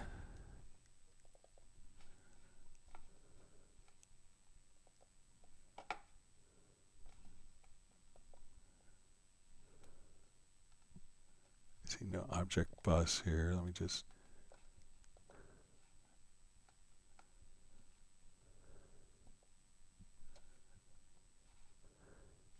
All right. Well, if you can send me a hint, Ricky, that'd be helpful.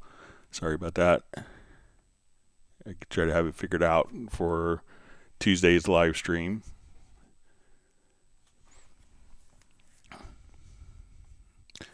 All right, so we see from Cyber Smees, as a diehard Reaper user, I've almost fallen for Cubase, just the $900 versus $60 I struggle with. So I think, depending where you live, Cubase is $579, and you could do, I think you could probably do a competitive upgrade as well.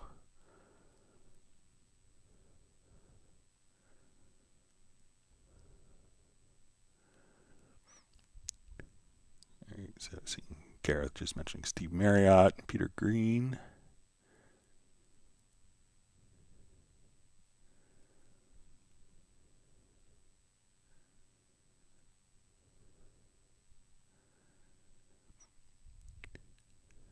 All right, so we see Raw Justice Hip Hop on.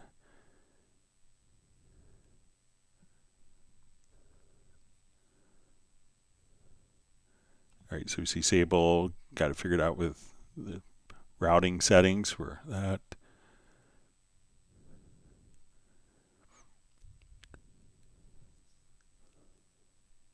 Okay, Gareth wants everyone to whack the like button.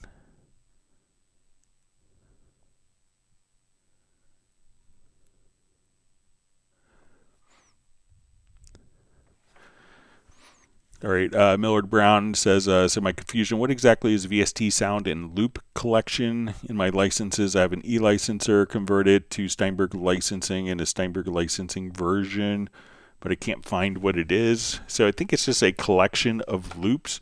But what you could do is if you come over to your Steinberg download assistant and you go to My Products, so you'll probably see it in here. So let's see if we go to All Products and we say VST, say Sounds and Loops, and we'll scroll.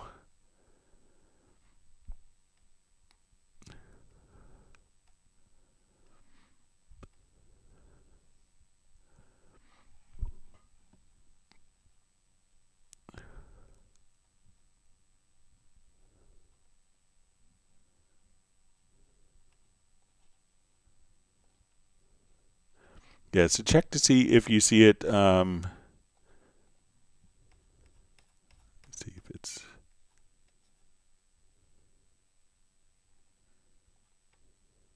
I think it was like a collection of different loops. But if you look in my products, you can, if it's on your Steinberg licensing, you would see it in here, and then you'd be able to download that as well. So check in your Steinberg download assistant, Millard.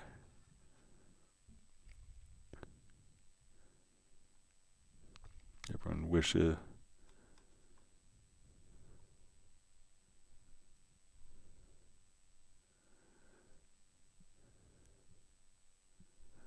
All right, we hope that Raw Justice Hip Hop gets better soon. Thanks for checking in.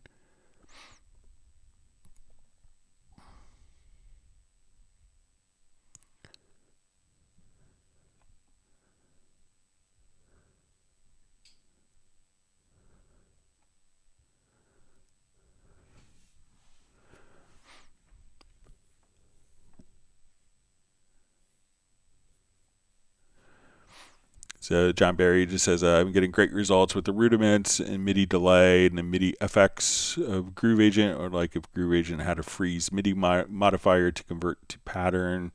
Freeze MIDI mod is great as Cubase. Yeah, that would make sense. I can see the logic in that.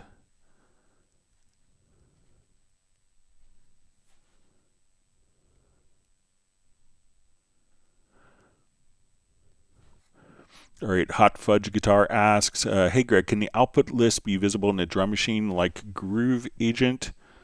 Yeah, so let's go take a look at the drum machine here. So I'm going to add a drum track.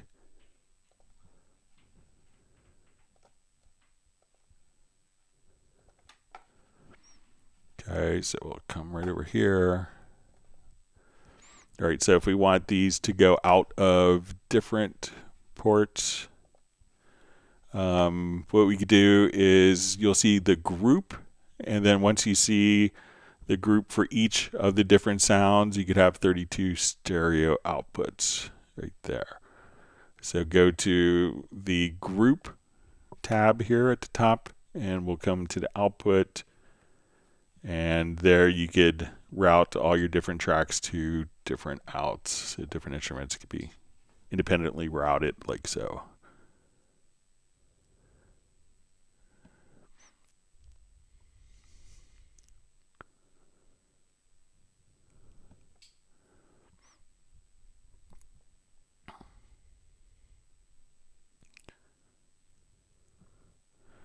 Right, John Barry says that he loves the way you can easily modify effects like ARPs and have that converted to notes in the editor.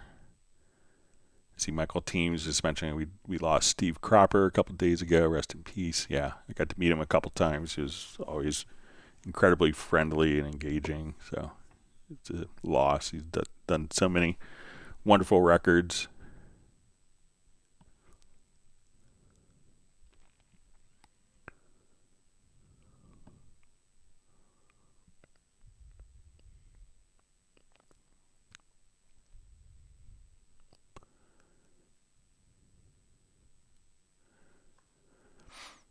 All right, so we had some questions that were mailed in. Let me get to some of those.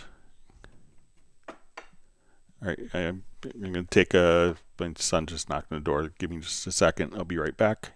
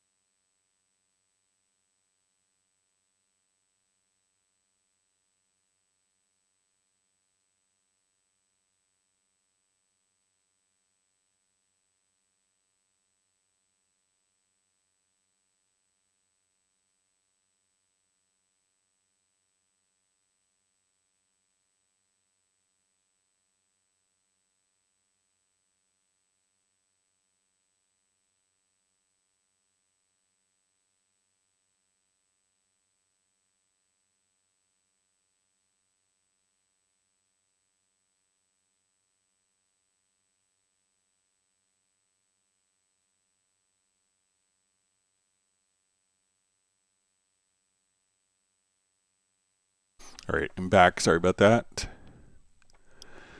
All right, let's go to, let's go to questions that were mailed in.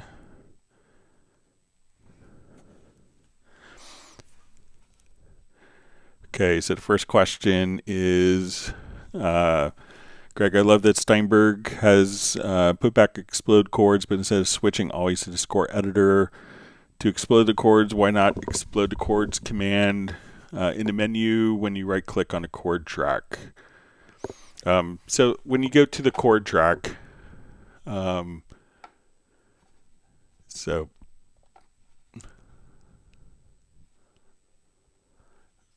can, the chords, like different tracks could have different voicings for the chords. So let's say if we have a chord track,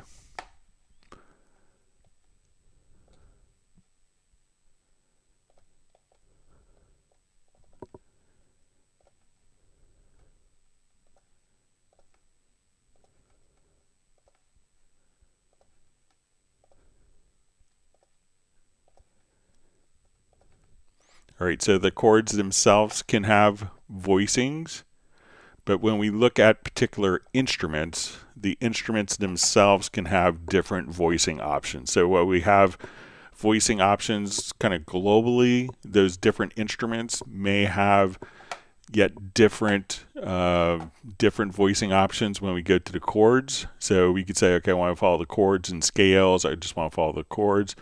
If we go to voicings, we could follow directly or synchronize the data from the chord track first. So each instrument could have independent voicings based upon the chords in the chord track. So that's why we don't necessarily do that. So, and again, if you're not that familiar with the explode voices, one of the things that we could do is to kind of speed up the process. You could make a macro. So I think I made a macro earlier. I called it quick explode. So if I just select the particular event, I could, have a macro to open the score editor, and then I could say, okay, we're going to put it to new tracks, and we get these settings and hit OK, and then hit enter, and then our tracks have automatically been exploded like that. So that's a way to kind of speed it up if you're not necessarily a score editor person. You can also come to say, okay, go to the MIDI logical editor. And we have a function where we could say, okay, we want to extract to track. And we can say type is equal to note. And we can say the context variable is equal to the voices soprano. So we have soprano, alto, tenor, bass. So we could create different logical editor presets for this to extract the soprano voice, subtract the alto voice, subtract the tenor voice, and the bass voice. And we could also just come over here. So let's look at like the first macro that we did. So we'll go to our key commands. And we say like a quick explode. That's just going to be open the score editor, go to the score editor, explode function. So you could do that and get in and out of the score editor. But if you wanted to explode, we could say we want to assign the voices to notes, and then I could trigger each of those different voice logical editor presets. So if I select that, let's go to the macros. And if I don't want to open the score editor, I could just say explode, and that will automatically take and create our four voices into separate parts there. And you could, select your different voices and say, oh, this is a soprano, this is an alto, tenor. So if you have voices that are kind of crossing, you could manually select the voices and then split the voices and split the notes based upon their voice assignments if necessary. Okay, next question. Hi, I can't have count in during my 1-bar pre-roll. When I select click during count in, the metronome settings to pre-roll gets disabled. I use pre-roll to sync my gear with multi-clock. I would love to hear a click only during the pre-roll, not while playing, to avoid to record something. Also, the drum and melodic mode ignores the pre-roll. So, it could be maybe that you want to have a count in as opposed. So it says during the count in metronome. So there is a separate dedicated count in function. So let's say I have a drum pattern here. And let me just come over. So let's say we'll open up our pattern editor here. So let's say.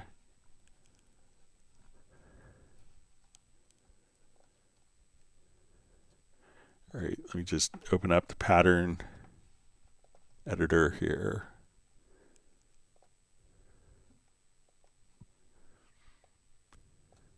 All right, so let's say.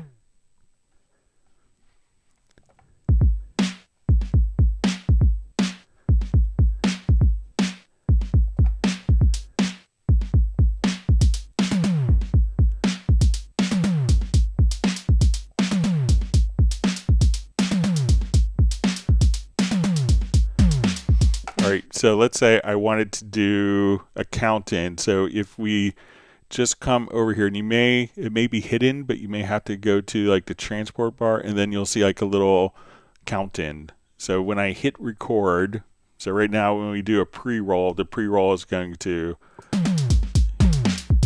so that will play. So now when I hit record, I'm going to activate the click. We're going to hear, if we go to our transport, and let's say we go to our project synchronization, or we get to the metronome setup, I'm going to say, okay, we're going to have their click during count in. I want a 1 bar, it usually defaults to 2 bars for count in.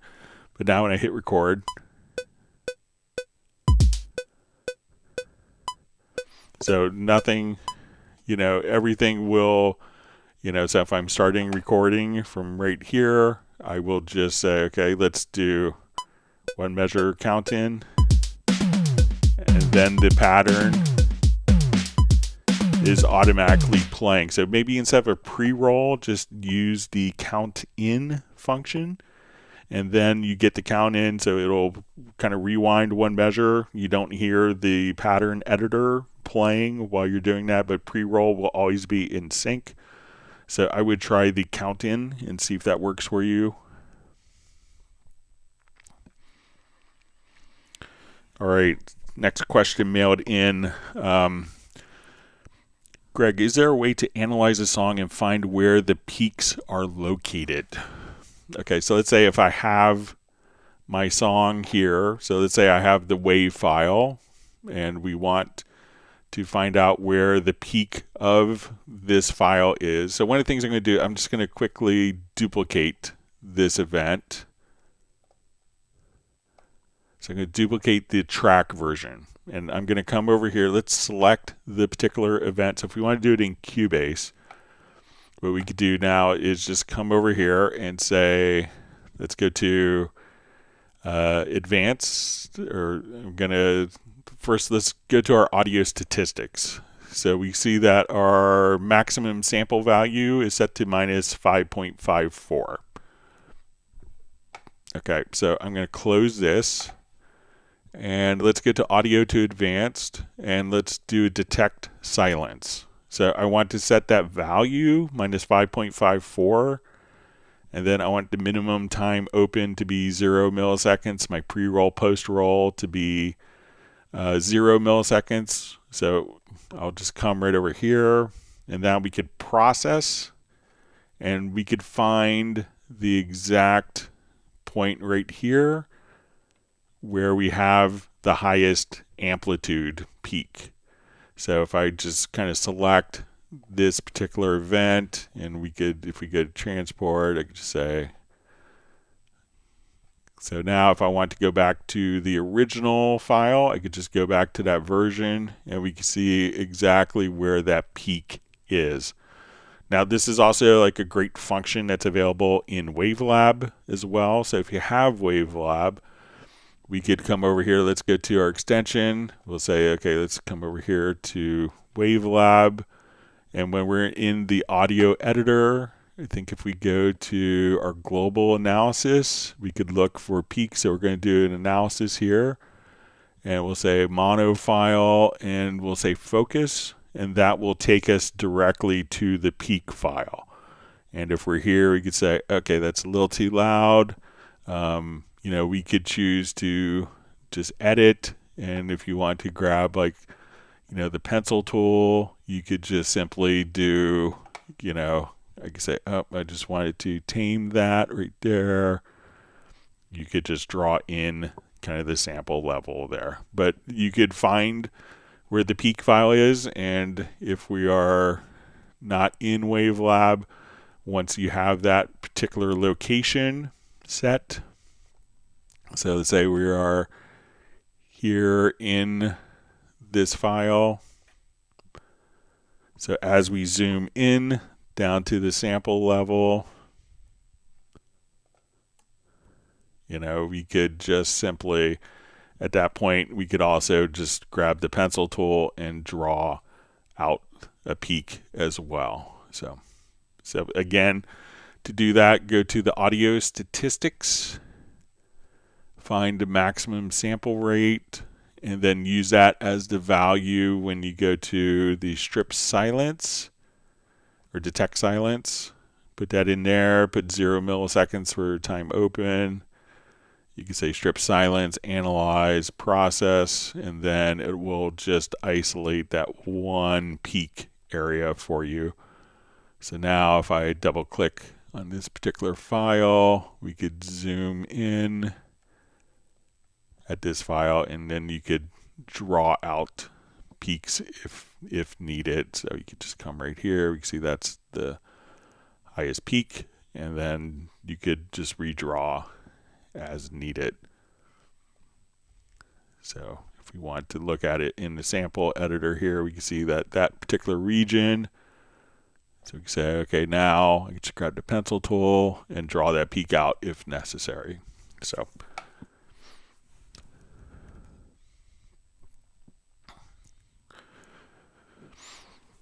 okay, so we see, so it says, I'm still struggling with managing next question.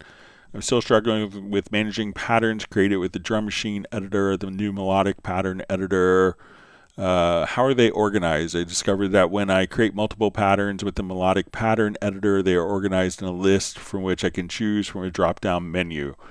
That would be work the same way as in FL Studio, list of patterns for the entire project that you can use anywhere, but that's not the case. This list of patterns only appears to one track. When I create a new track, the list is empty again, and a new list is formed. Of course, I can copy patterns from one track to another, in which case the list is included, but if I then create an extra pattern on track 1, it does not appear in the list of patterns that has been copied to track 2, which does not improve the overview.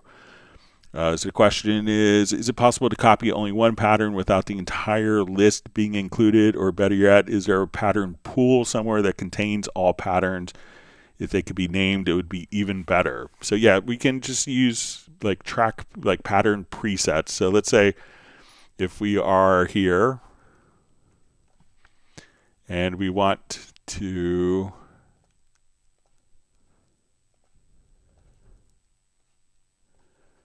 okay, so let's say we have a pattern here on this particular track.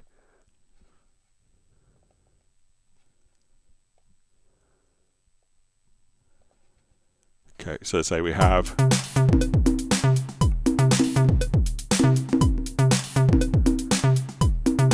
all right, so if I like this particular pattern, we could save it as a preset, and this is new in version 15. So we come right over here.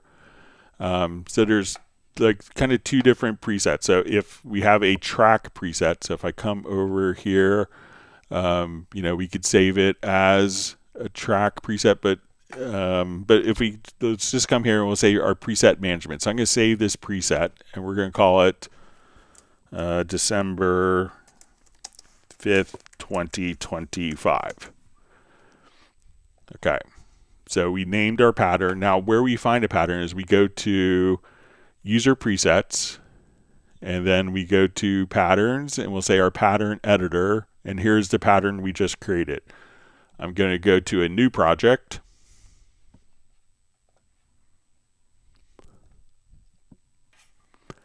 So again, we go to user presets, patterns, pattern editor. Here's our December 5th, and I could drag that out.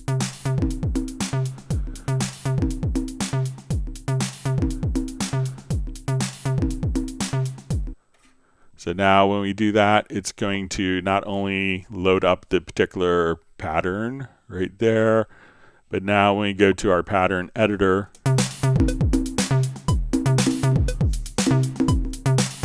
so just click here and kind of the pool. So once you save that particular pattern, again, if we start from home, go to user presets. So and there are pattern presets that are available that come with the program. But if you've created it, you just go to the user presets, to patterns, to the pattern editor, and there's the file that pattern we made, and just drag and drop it right into the project, and then your pattern is available in any other project. So you can consider that a pattern pool, if you will. All right, next question. I've noticed that there are pattern banks in the media bay, but when I search my system, I don't find any preset pattern banks with that file extension, only the one I created and saved myself. This preset pattern banks are probably embedded in .vst sound files. So let's go take a look. So let's see, we'll go home. We'll say, let's go to presets, and we'll say patterns, pattern editor, and here's all of the presets. So if I wanted to drag this out, so now if I play these two together,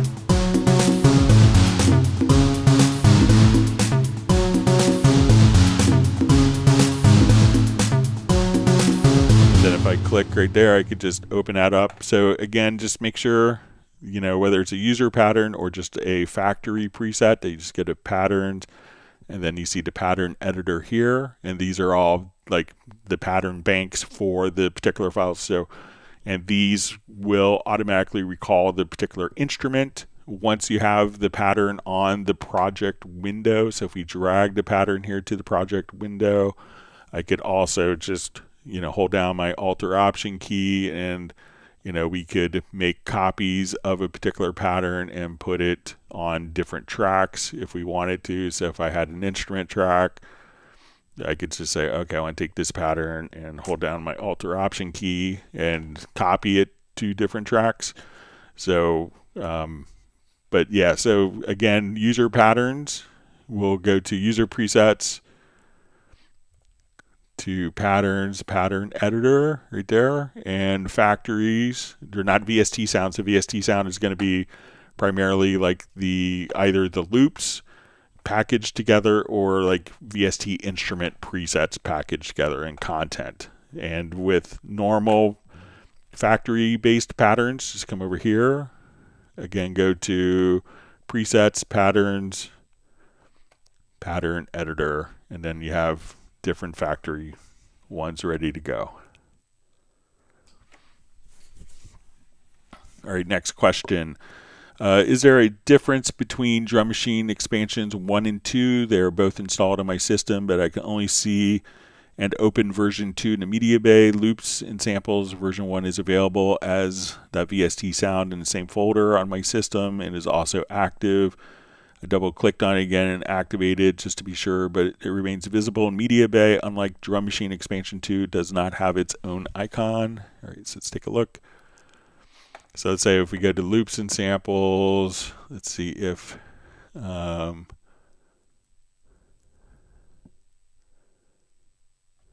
right, so here we see our Drum Machine volume 2. So let's take a look. So these might be, the pattern pads. So it looks like these are, so when we open this up, let's see if it opens up the editor for it as well. So these are going to be, with volume 2, they're going to open up with the particular pattern editors. So these are the pattern banks. So if we drag this over, so let's say if I come here, we open it up. So this opens up the instrument, and just like the pattern banks that we created, version 1 just had different presets for the particular instrument. So now when I come over here, I could see the patterns load up with the instruments, and since this was added when version 2 was added, but if we want to look for the factory pattern bank, like the drum machine 1, let's just come home.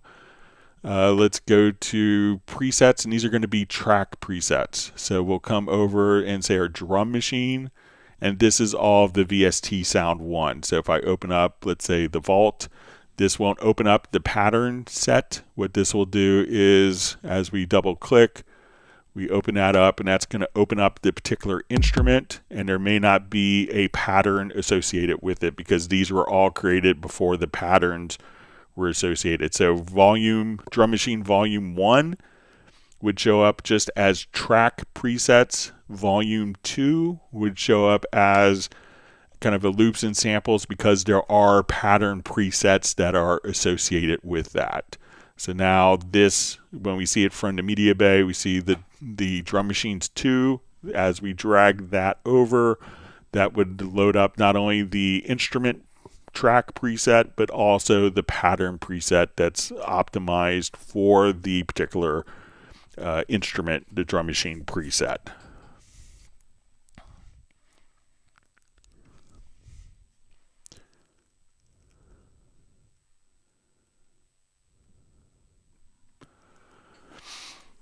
Okay, so next question. When I open Media Bay and click a pattern bank, example bass 02 acid 132, I hear the acid pattern as a preview. When dragging the bank to the Cubase arrange window, it appears to be played by Retrolog 2.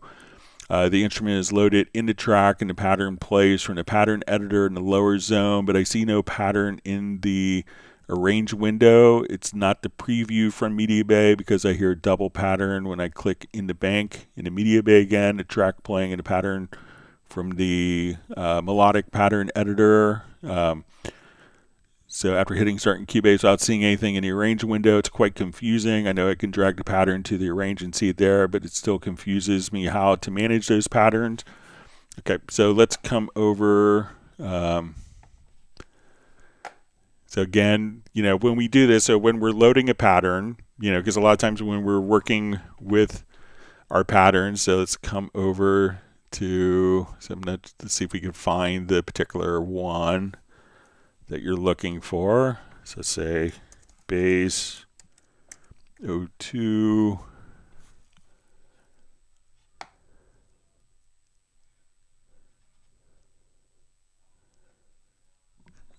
Let's see if we could find that.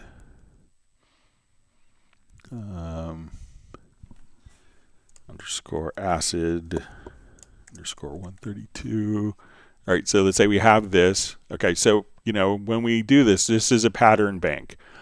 So I'm going to drag this over, and what that's done now is we can see that it's not going to load onto the project window. It's going to, because it is a pattern bank, so the pattern, when we drag it over, that pattern is going to play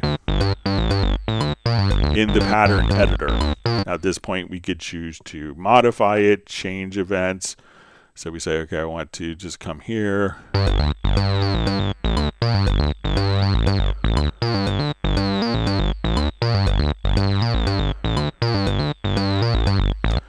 So you don't see it on the project window because it's not like a MIDI event. It's not an audio event. It's not a MIDI loop. It's a pattern. So when you drag it into the program is going to take it, because it is a pattern bank, and then you'll see it in the pattern editor. So again, if I just drag it over, and we have the pattern editor open, so as soon as you select like that particular track that was created, then that pattern is visible right there.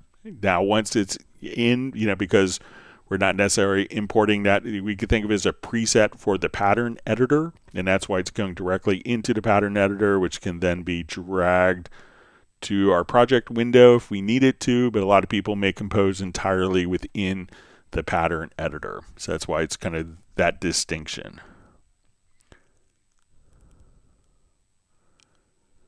All right. Next question. It says I want to create a drum track in which I control the drum, percussion, and effect sounds from various virtual synths on different tracks that can also be dynamically influenced during the process. So no samples of the sounds, but I do want to see the MIDI notes of the pattern in one window. I recently discovered that this is possible with the traditional drum editor. It was about time I found that out after using Cubase for 25 plus years. Where I can send each lane to its own instrument. I first investigated whether this was also possible in the drum machine, but that option, sending notes per lane to different other instruments, is not available there. I created a test pattern in the drum machine editor and then created a traditional drum editor part and sent the same drum machine. This allowed me to control drum machine perfectly, but I could no longer open the new pattern editor, which still contained the test notes.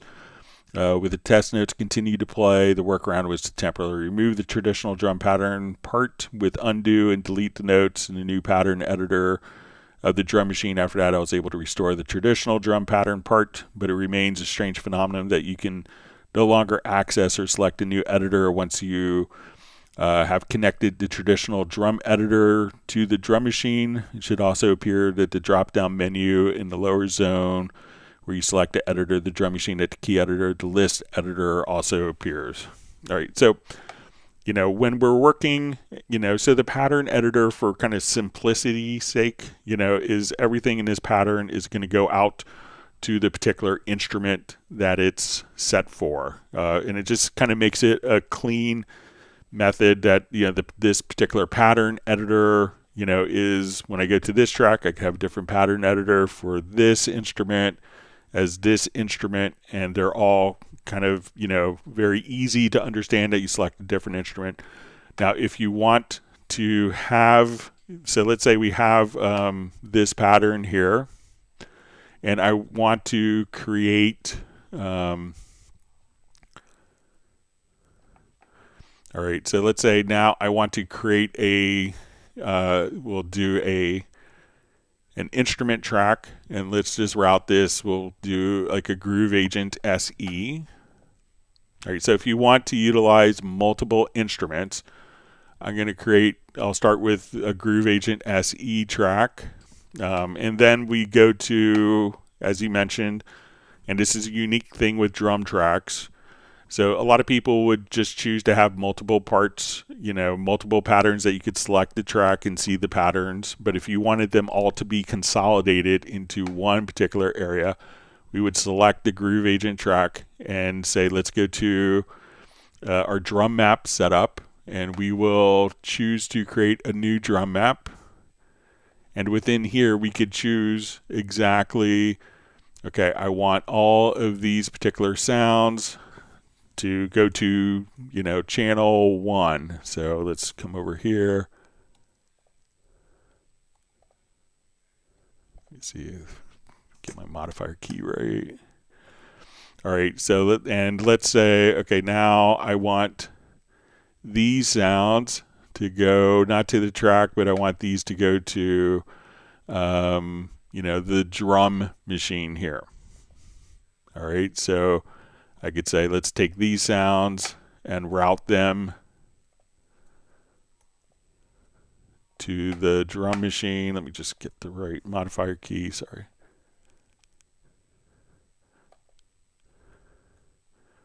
And let's say, okay, I want this one to go to, this particular instrument.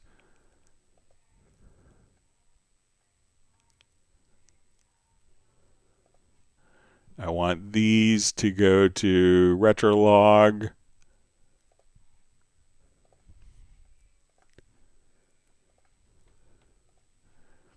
All right, so now when we come over here, we're going to go to our drum editor. So let's say now we've defined our drum editor, and you could set this up, and save it as a preset so that it's always available for you.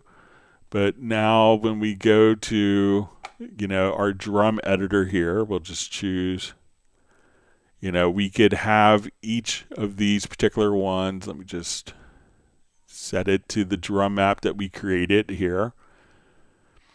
And now each of these can be changed to go to different sounds. So that is kind of a unique thing with the drum editor, and I think that's going to be the only editor in Cubase that's going to allow you to do that. Obviously the benefit is everything could be consolidated into one window, so you could do all of your editing for multiple instruments, whether it's a Steinberg instrument or a VST instrument. So all those can be set up there. Setting it up may not be, like you may spend an hour or 10-15 minutes setting it up to do that. So it may not be as kind of inherently obvious, what's going on as the one pattern event. But if you want it to have multiple events that were, speaking directly to different sources on different instruments all in one window, so I could send this, this particular instrument out to Retrolog. I could send this to the Vault. I could send this to, let's send this right over to this Groove Agent. I want this to go to this next one to go to Retrolog or to any other MIDI device. At that point, I could just come over here and route to multiple instruments all within one editor environment. So you could do it, but it will take a while, so that's not going to be offered. And again, if we offered this in kind of this simple, elegant workflow, the pattern editor, it could be, a little complex for a lot of people to figure out, so with with a lot of flexibility, one of the parts of being a very flexible environment could also mean that it's also a complex environment. So, a lot of people may not want to have, multiple instruments all within one single editor. But if you wanted to set it up, the drum is going to be, the drum editor, the MIDI drum editor is going to be the best choice for that. All right. So let's jump over back to we have a couple minutes for live questions. Thanks for all the great questions. People can send it in via to clubcubase@steinberg.de.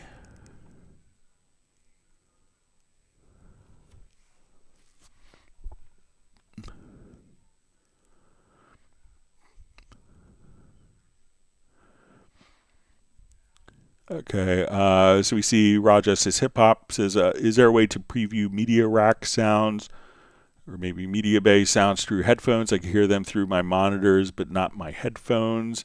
So it could really depend on how your headphones are configured. If you have it set up as there is in the control room, let's get to the audio connections. In the control room, there is a headphone channel. So if we come over here,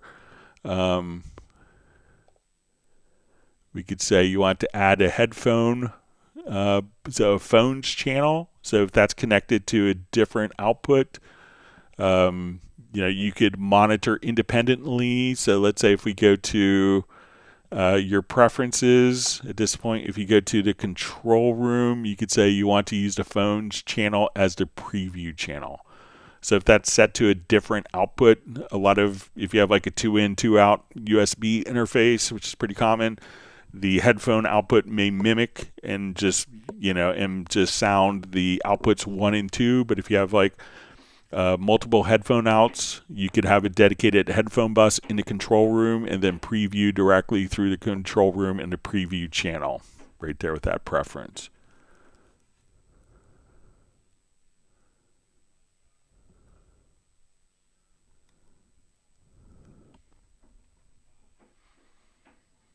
All right, and I just saw, as it's scrolling back, it says, Greg, I own Groove Agent 5 and all the factory kits, patterns, work with Groove Agent 6 SE. The only problem is my user presets are all Groove Agent 5 or SE. I cannot open Groove Agent 5 user presets in Groove Agent 6 SE. Any help to get SE 6 to open Groove Agent 5 presets? So let me just create a preset here real quick. Let's see if we could do that. So I'll just add a quick instrument track. Let's get to Groove Agent.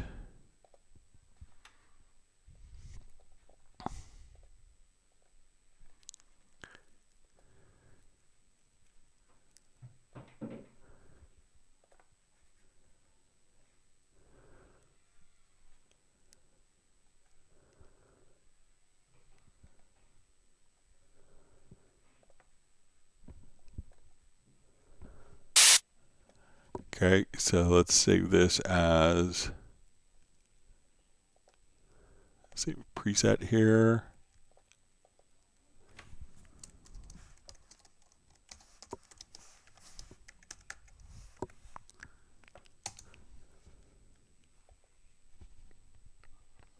Okay, let's load up a quick Groove Agent 6 SE.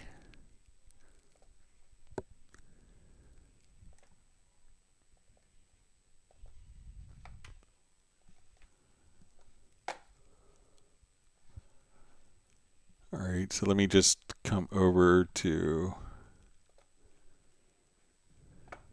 my user presets and we'll do VST instruments. All right, so here's the one we just made. So let's say if I drag this over,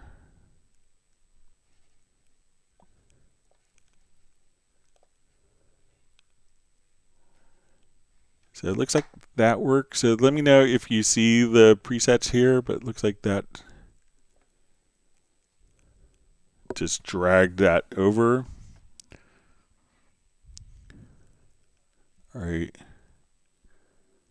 Let me see if I get one more question. I think we're just about out of time. So, all right, so I think we are out of time. I want to thank everyone for all the great questions. If you learned something new, make sure you do hit the like button.